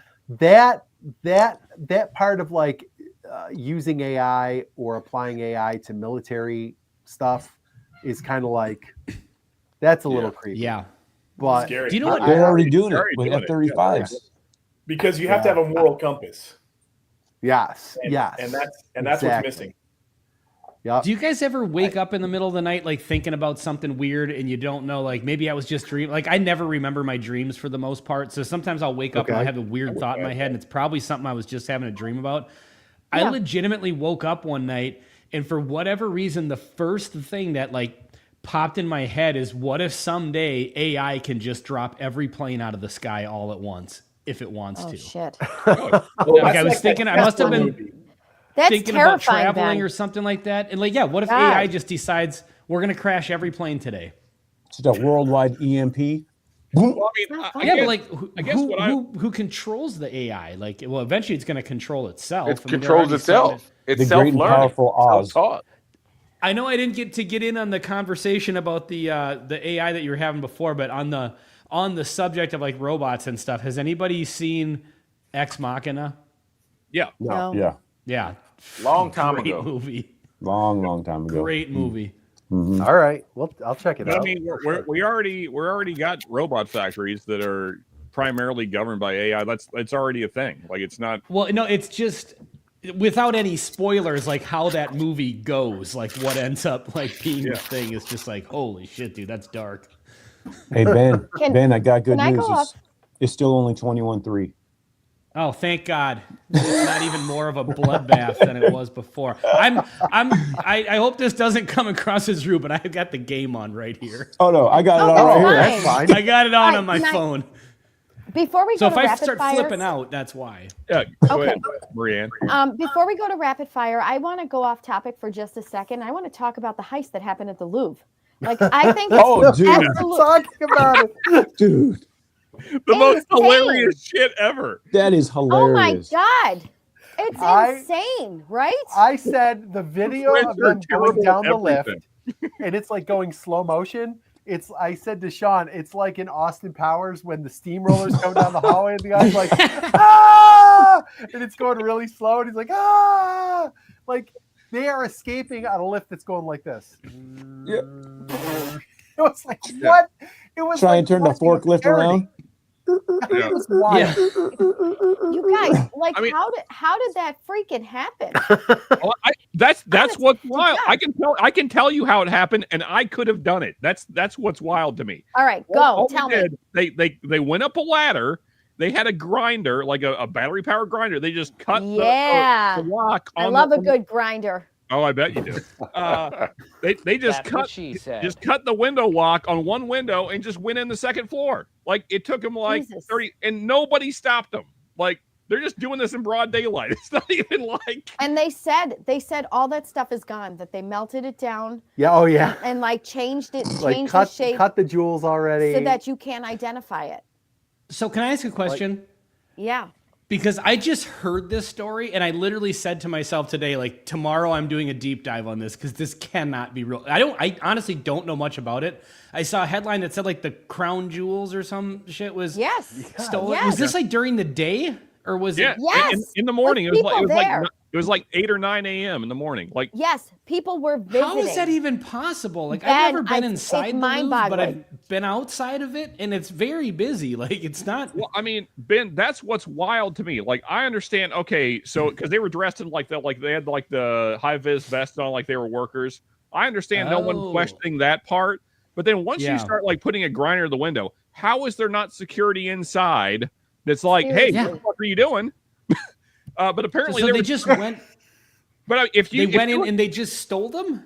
Yes, Ben. Yes. If you look at the video, because there's video footage, there's nobody on that floor except for the criminals. There's nobody. How is that possible? I don't know, Sean. Sean, honest to God, this is the wildest shit I've ever seen. Unbelievable. It sounds an awful lot like somebody gaining access to a roof 100 yards away from a presidential candidate. Oh, yeah, it does. It does sound like that. Don't start that. Check this shit out. Watch. This is their high-tech getaway. Watch this shit. We're muted. Brian. There you go. Them? Yeah. He's got a freaking vest on too. A freaking standout. Like somebody is recording them just stealing shit out of the Louvre. Oh my God. It's insane. Look at that shit. That's amazing. Oh my God. It's not amazing. It's unbelievable. It's just unbelievable. So what actually are the crown jewels? I don't even know what. I mean, I've heard of them, but I don't know. I'm sitting next to some right now. They weren't the crown jewels of England. They I forget exactly what they. One was like a gift to a princess way back when. It's a variety of things, but still, like the lack of security is what's just completely mind-boggling to me. Like how is. It sounds like the security. Maybe they didn't put them up there because the roof was too sloped and they didn't want anybody to get hurt. That might have been it. That's very likely. But how is there not like they're going down this lift in slow motion? How are there not 15 cops standing at the bottom of that waiting lift? for them to get down? Like, what the hell's going on? Be like this. How are there not like lasers and shit? Yeah. Like we see I've on seen Mission spy Impossible movies before. right? Like, how are there not lasers? Well, like, so according to the official report, the alarm started going off as soon as they opened the window. Well, duh. As you would think would happen at the Louvre. So you just shut it off like every car alarm, right? Nobody pays attention to it. I see that you and I are on the same page here. Wow. Ben is stuck thinking of Catherine Zeta-Jones this one is in this one got Entrapment. me. Right, that's where This he's got at. me in an 11. Sean Connery and Rick. Catherine Zeta-Jones. I was literally just going to say that. If there's one thing I remember, it's Catherine Zeta-Jones' ass when she was going through the lasers in that movie. That is an unforgettable moment for a teenage boy. Sorry, Marianne, but 100%. I mean, come on, 100%. Marianne. Even as a woman, you have to admit that Marianne, that's what she said moment. Come on. Can we bring that we'll up? That's what she said. Yeah. Let's see here. That was the moment in time, oh my right God! there. Now he's going to show Catherine Zeta-Jones. Oh shit, Ryan! Truth I between mean, the why lines. wouldn't we? Why would we do that? Some 25 years ago. I mean it. Yeah, she's on. She's on Wednesday. She's the mother Wednesday. on Wednesday right now. The first thing that came up, Catherine Zeta-Jones heist movie. Yeah, Morticia. I'm sure you don't have to Adams. search very hard for this. Yeah, she is. Entrapment. If only Catherine Zeta-Jones knew that all you had to do is just walk in. You don't have to do it. You don't have to do any of that crazy stuff. It's enhanced. It's AI. Her ass is AI. Oh, you think so? No AI then. Another good thing. Another thing AI is good for.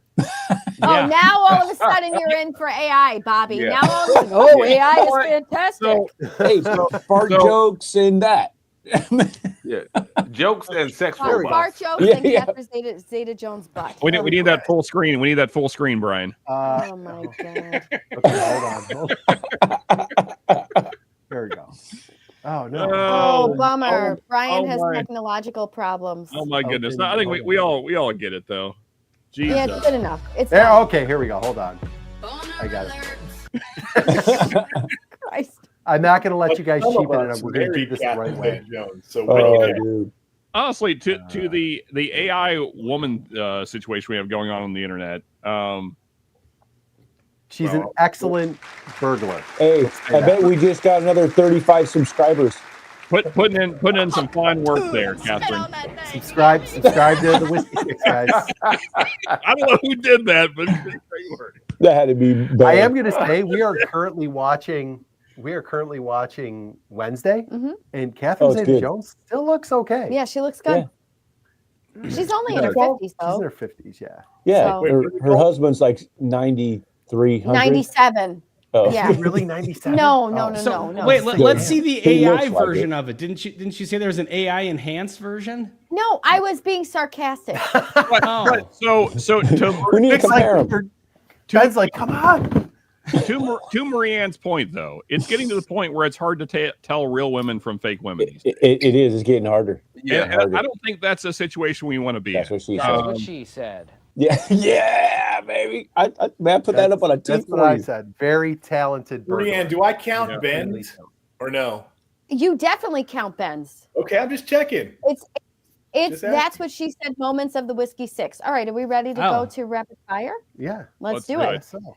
All right, so me or go to Myron first. Is this going to be about Catherine Zeta-Jones? No. Possibly. Booty bouncing around. Boom, boom, boom, boom, boom. Big old booty bouncing around.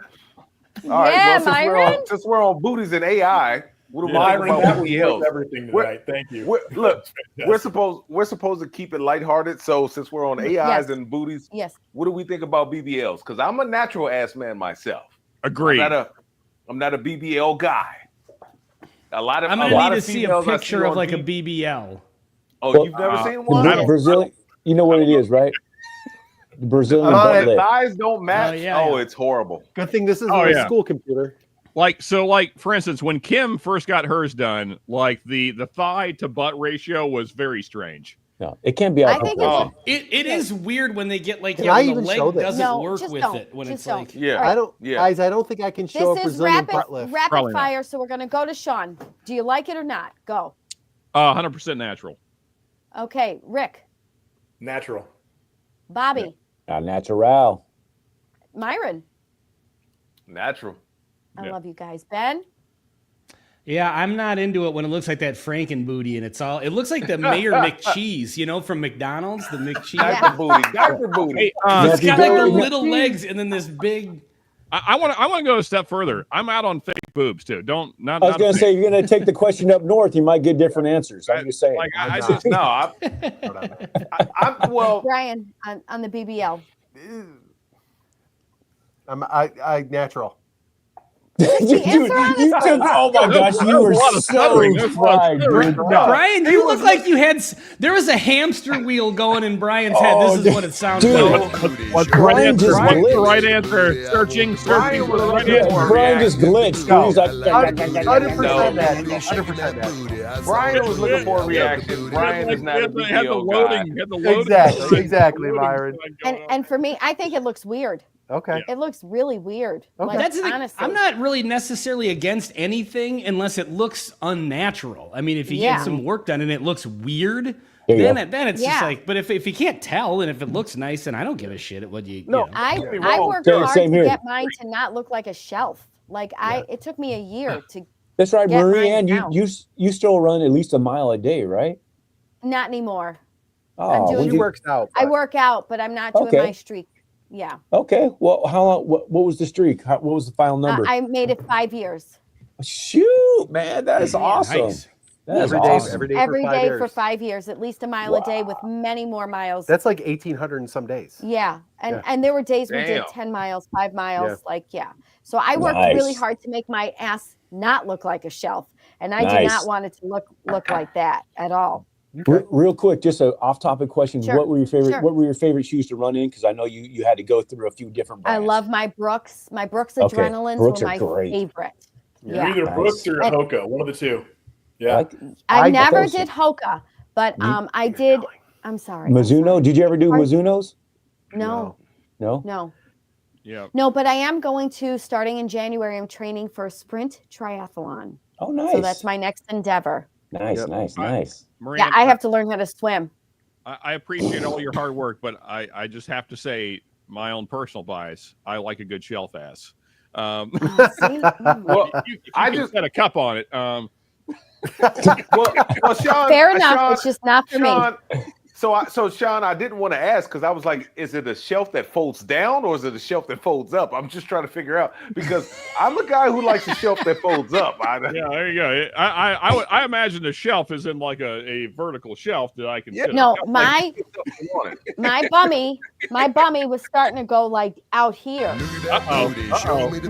I didn't like that. So But Brian did. no, he likes it the way it is now. Yeah. Ben is on cue with this stuff. Yeah. Ben's on top of it. Just That's ass. Ooh. No, as other All right. Jay Blood knocked me dead. but, Hey, y'all, I'm here for a good time. Well, you found it, Jay. Yeah. We're talking about. babe, good time. I'm We're always talking about I'm Brazilian always here butt for a good time. Yeah. That's my job. My job is to be here for a good time. That's it. As Eric Ellis points out, I too am a butt man, sir. Yeah. Yeah. Good butt. Same All right, here. my I'm turn for not, rapid fire. Up top. There you go. Okay. Oh, did you want to talk about up top fakeness and not fakeness? No, it's Okay. whatever you. Natural, We'll let it all go. the way. Okay. No. Okay. All right, here we go. This is a nice Which one are you keep it light. I'm gonna go. What is your go-to comfort food? Oh. And we'll start with Ben. I don't always have it on hand, but my absolute most comfort food in the world is my mom's chicken and dumpling soup. I love that. Oh, Ben. Love it, love it, love it. Sean. Man, choices. It's either like really good pizza or really good fried chicken. I don't know which way to go All on this. Okay. Yeah, one of those two. All right, Those are Bobby. both perfect answers. I agree. Where's all this sound? Chocolate. Bobby? I don't know. I mean, I got a few. I mean, if I had to pick a real food, probably pizza. Okay. Now, Bobby, you know. you know what I'm going to say? You dip those Pringles in chocolate, and you've got the perfect combination there. I agree. Those are good. Yeah. I've done it. Myron. I have to agree with Sean because I swear I was going to say the same thing. Like, give me like any cheesy, greasy pizza, Same here. or Yeah. or some great fried chicken, and I am just good. I'm good. Yeah. Okay. Rick, you okay? Myron, you okay? Yeah, that water just went down the wrong pipe. I hate when it goes down the wrong pipe. Oh, That's what she said.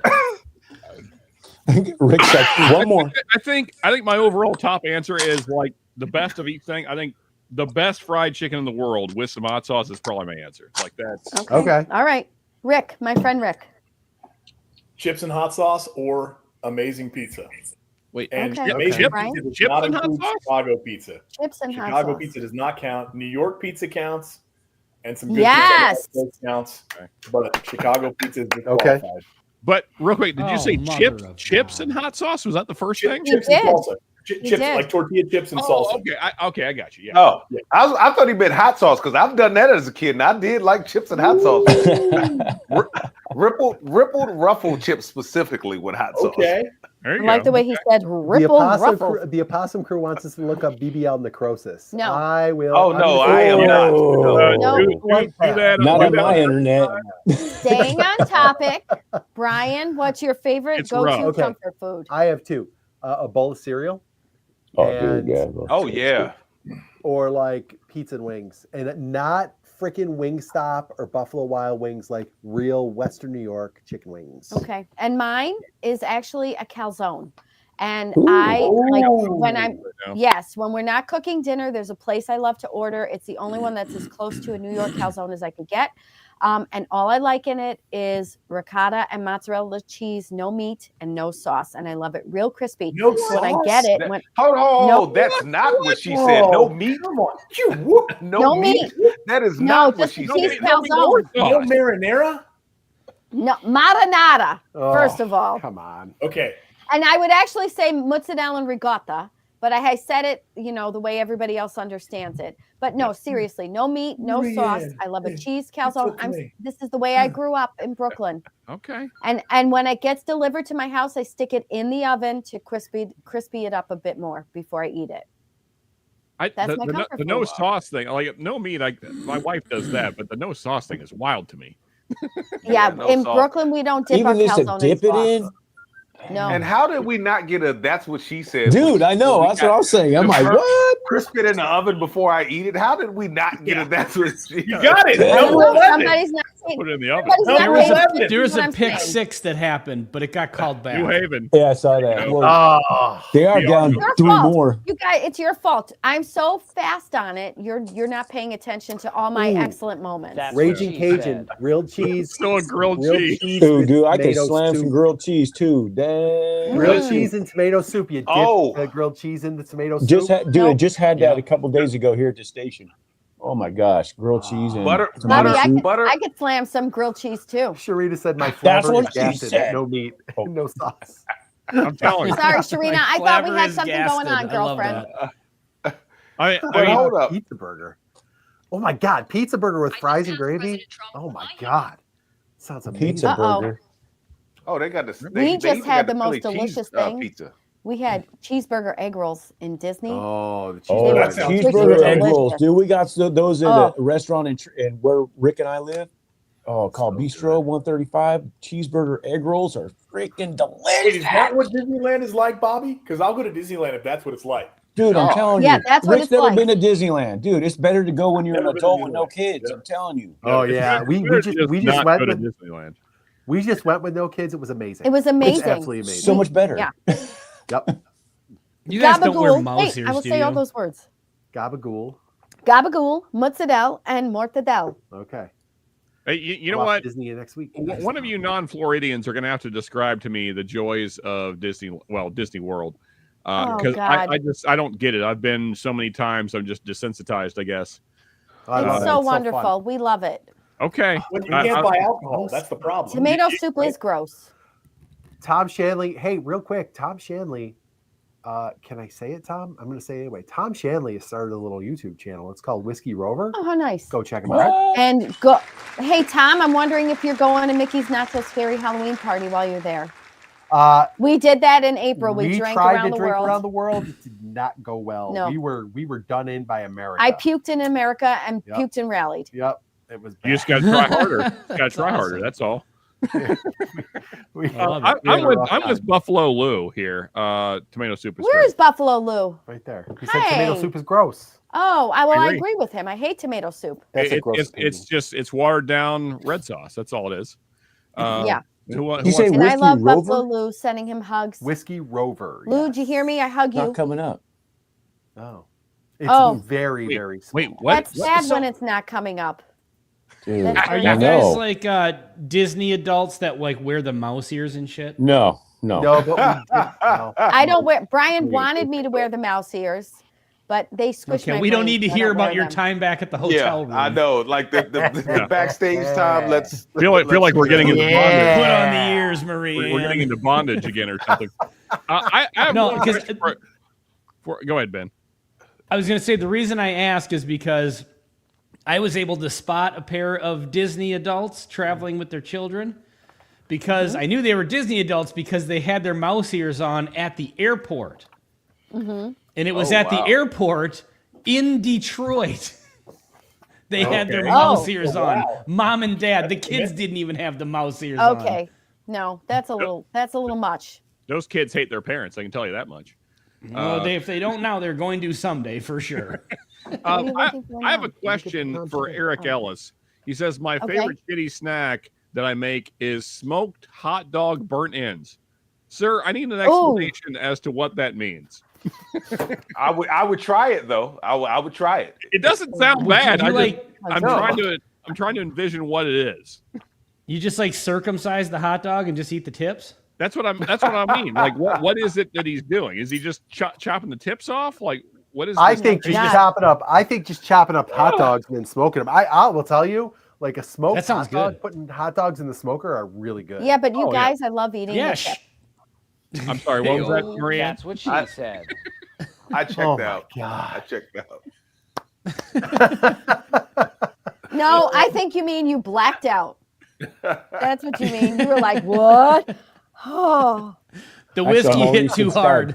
hard. Oh, I'm already subscribed to Whiskey Rover. Oh, yeah, I good. think I am too, because I think we talked about this. He was just Yeah. about to get it started. I I'm can't looking forward to, like, put the link in turn there. off this freaking bloodbath. I'm already in it. Are you shitting me? That 24-3. I know they oh, they're going for it. I love how thought they had lined up invested for a with you field are, goal. Ben. It's very amusing to me. You know what's amusing? How invested you are into this. Oh, and he little gets paste. fucked in the sheets. Good Lord.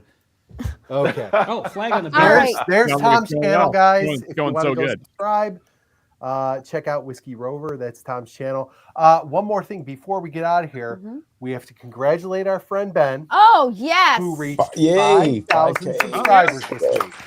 Congratulations, Ben. Thank you. Very happy Finally, for you. thank you very much. I appreciate you bringing that up. Finally, the long slog to 5,000 is over. It was it was so funny. Like, you know how the channels, they ebb and they flow, you know? Yeah. Sometimes you're in a hot streak, and then ebb right sometimes now. it gets a Yeah. little slower, and then Yeah. it seemed like right before the 5,000 mark, you know, I figured like maybe like snowball, you know, like it would get a little faster as you get more subs, and then it was just like a brick wall for quite a while. So I'm speaking of that, for the people in the chat and all you guys, I am doing my 5,000 celebration tomorrow at 7:00 Central on the Bourbon Note. I did Right on. check. I don't see anything posted for Whiskey Wisdom or Bourbon Wrench going live tomorrow. Maybe they posted something today or Okay. they will tomorrow. But I think Bourbon Wrench is gonna. He's running like a half marathon or something like that. So he's not gonna be on. okay. That's what. Well, that'll be good if I'm not stepping on somebody else. But I am going to be, where the fuck did my bottles go? Oh, well, so they're over there. But I am going to be, usually I do like a Patreon drawing where I, for samples. And if you want to get in on the drawing, you throw $5 in or whatever. Tomorrow it's bottles. So I'm going to be raffling off a 1792 aged 12 years and a 1792 sweet wheat. So if you guys want to join in and check that out, but that's going to have to be through Venmo because tomorrow's stream will be demonetized. Hell yeah. Right on. In the beginning, All right. I you like said- how you're already calling it. I love it. Yes. It's like Babe Ruth calling a shot. We'll probably How- look in, but our daughter's coming home, so I don't know if we'll be able to pop on. Yeah. She has So- plans for Okay. us. So Ben, you mentioned earlier that you were thinking about maybe having folks on. Is that Yeah, I think at some point I'll probably set. I don't know if I'll open it up to the public because that can go off the rails very Yeah. quickly. That's just something I will never do. But I'll probably send a link out at some love rolling point the during dice, the man. stream. Yeah, not me. So, but I have some stuff planned. I've taken a bunch of clips. I've got old skits. It's going to be a Bourbon Note, the Bourbon Note, a retrospective. I'm working on something tonight, like a montage, but I isolated like all the skits that Greg and I ever filmed. I'm going to be playing all those. And so, yeah, it's going to be a good time. It should be a lot of fun. Nice. And yeah, if you want to get in on the raffle, I'll put a Venmo link up in the live stream and stuff. Awesome. So Well, yeah, it should be fun. congratulations, Myron, Ben. you were Ben. Well Well-deserved. deserved. something. Thanks. Thank We're you. happy Cheers. for you, buddy. yeah? Thank you. Weren't Yeah, you asking something, Myron? No, it was inappropriate. Bring it on. Now I want to hear it. I want to hear it now. Now you know that. He said he was trying to get to 5,000 subscribers, and he said something about a long slog or long slong. I couldn't. I was trying to because if you would have went to OF with a long slong, you might have hit 5,000 like within a week. I don't know. Long time ago. I thought that video was going to be the one that put me over the mark, but it didn't, so I took it down. Yeah, so, He was talking about the calzone with meat. Yeah. All right. So, I like Myron, the score. What do you got coming up, Yeah, Myron? they sure did. Actually, you know what? I haven't really been working on anything lately, man. I got sick for a while, right. didn't really do anything, and just regular bottle reviews. I do have a bottle review coming up on a 147.2 proof hazmat rye that I think everybody should have. Once I get a second bottle, I think I'm going to send them out to the channel so all of you guys can have them, and then we can maybe do a live review when we do a whiskey six one day. So Great. for That'd be now, cool. Sounds now good. it's a secret though. This rye. It's very much a secret. It's Okay. All right. he's got look. So I recently made a friend. Well, shout out. It's about to time. He was, Leave Myron alone. but no, Sorry, man. I You're will too much kick of a your gap. ass. Leave Sorry, Myron man. alone. There's too much room. look, I walked right into that one. You know, there was too much room. but- Sorry about it. I made a new friend with a liquor store owner who has been sitting on he's been sitting for 2 years. He's been sitting on cases of this rye and bourbon from them. Both of them are hazmat. The bourbon is a little crafty, but the rye, oh my gosh, hazmat 147.2. It is, woo, it's up there. It's up there. Myron, I have right here a 147.2 proof rye. It's okay. So it's not that. Yeah. If you no, but what I'm saying is, I've got a little bit of it left. I could send some out to you, and you could do a thing. And if you get a second bottle and you send that out, I'll do it. We can do a side by side. That'd be fun. Very often you get a hazmat that's the exact same proof as something else. Nice. All right, Bobby. What about you? What you got coming up besides sitting at the firehouse for 2 more days? May do a live stream either Sunday or Monday. If we do it Sunday, I'm gonna call it, if Rick comes over, cool. But it'll be called My Freaking NFL Team Sucks Ass. So I'm going to live stream. That's what I'll call it. Something like that. Do you need any emotional support on that, Bobby? Well, Rick's got he's the only team that sucks worse than mine. Mine sucks worse than everybody. Who sucks worse than the Raiders? The Titans. The Raiders just beat the Titans. Yeah. Oh, didn't they beat them that's handily? pretty rough. Yes, but other than that, you just the regular short videos. And Rick and I actually have. I don't know if you guys know about this or not. We have a podcast that we're putting out called Cask Strength and Unfiltered. It's going to be at least a half an hour long at a time. You can sit and listen to it. It'll be on Spotify, YouTube, all the different just podcast stuff, and just episodes will be, like I said, at least a half an hour long, so you can sit and drive and listen to it, or you can watch it too. It'd be some BSing. Yeah, a little bit more structured. Right on. Okay. And Raging Cage, and at least we had Drew Brees for a little while there, so it was that was a thing for a little while, and then now they're just terrible. Who are you talking about? Rick, what do you got? Raging Cage and talking about the Saints. Yeah. I got the same thing Bobby had. So we just started the podcast. We're going to record a few more. Probably get about 4 to 6 episodes out in the next month. We're going to try to do one a week if we can, and like half information, and then 40% entertainment, and then 10% kind of cutting edge, unfiltered talk that no one wants to touch. So 90% fun, and 10%. Ooh, did they just say that? So we'll see. Yeah. What do we call it? Not infotainment. Was it infotainment? Is that what we're calling it? Infotainment. Yeah. Something like that. Yeah. Nice. Sean, what about you, buddy? Basically what just Rick described, that'll be my whole stream now. You streaming this week? No, I don't know. I actually don't know what I'm doing Saturday. I don't think I'm going to be doing music. Music seems to be getting harder and harder to do on YouTube. So, gotten nuked like 2 Saturdays in a row now. So, damn.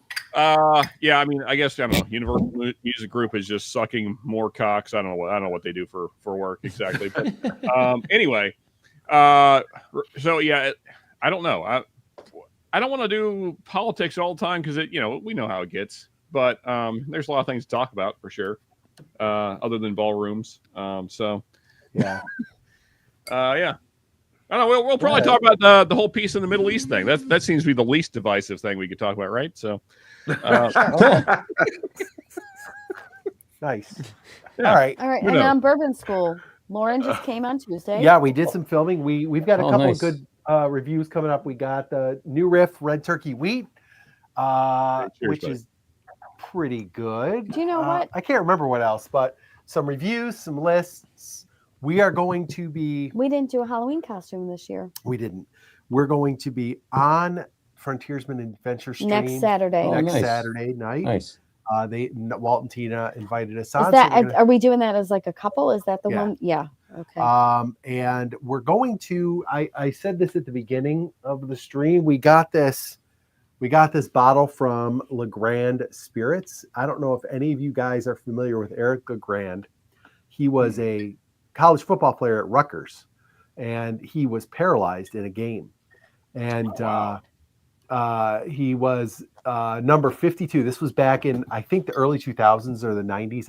I can't remember exactly. 2010. Sustained a spinal cord injury that left him paralyzed. And so he has started this whiskey company. It's source whiskey, but it's from Texas. So they sent us this one, which is the 92 proofer. It's the Rucker Scarlet Knights limited edition. It's got his number on it. It's really cool. And we're going to hopefully have him on a stream soon and taste some of his other stuff and talk to him. But great story. He's got a book on Amazon. Le Grand Whiskey is the website. So go check that out and then look forward to having him on. But really, really nice guy. I've texted with him a few times now, and really cool guy. So we're looking forward to that. But that'll probably, I don't know if we'll be doing any other live streams very soon, but we'll see. But Probably just not. Monday and Wednesday videos. And we are doing the long slog to 3,000 subscribers. Yep. I just realized, so- I'm sorry to interrupt. I just realized what No, you're Marianne's hoodie is, and that's fantastic. Oh, it's the It's potato. Yeah. Josh Allen drew this. Yeah. It's so awesome. Yeah. Sorry. So if you Thank guys, you. Thanks, Sean. if you guys are not subscribed to Bourbon School, please do. And if you can spread the word and subscribe to all our channels here on the Whiskey Six, Bourbon Note, Bourbon School, Bourbon Drop, Whiskey Wars, Mash and Metal, Bad X Bourbon, and DRC.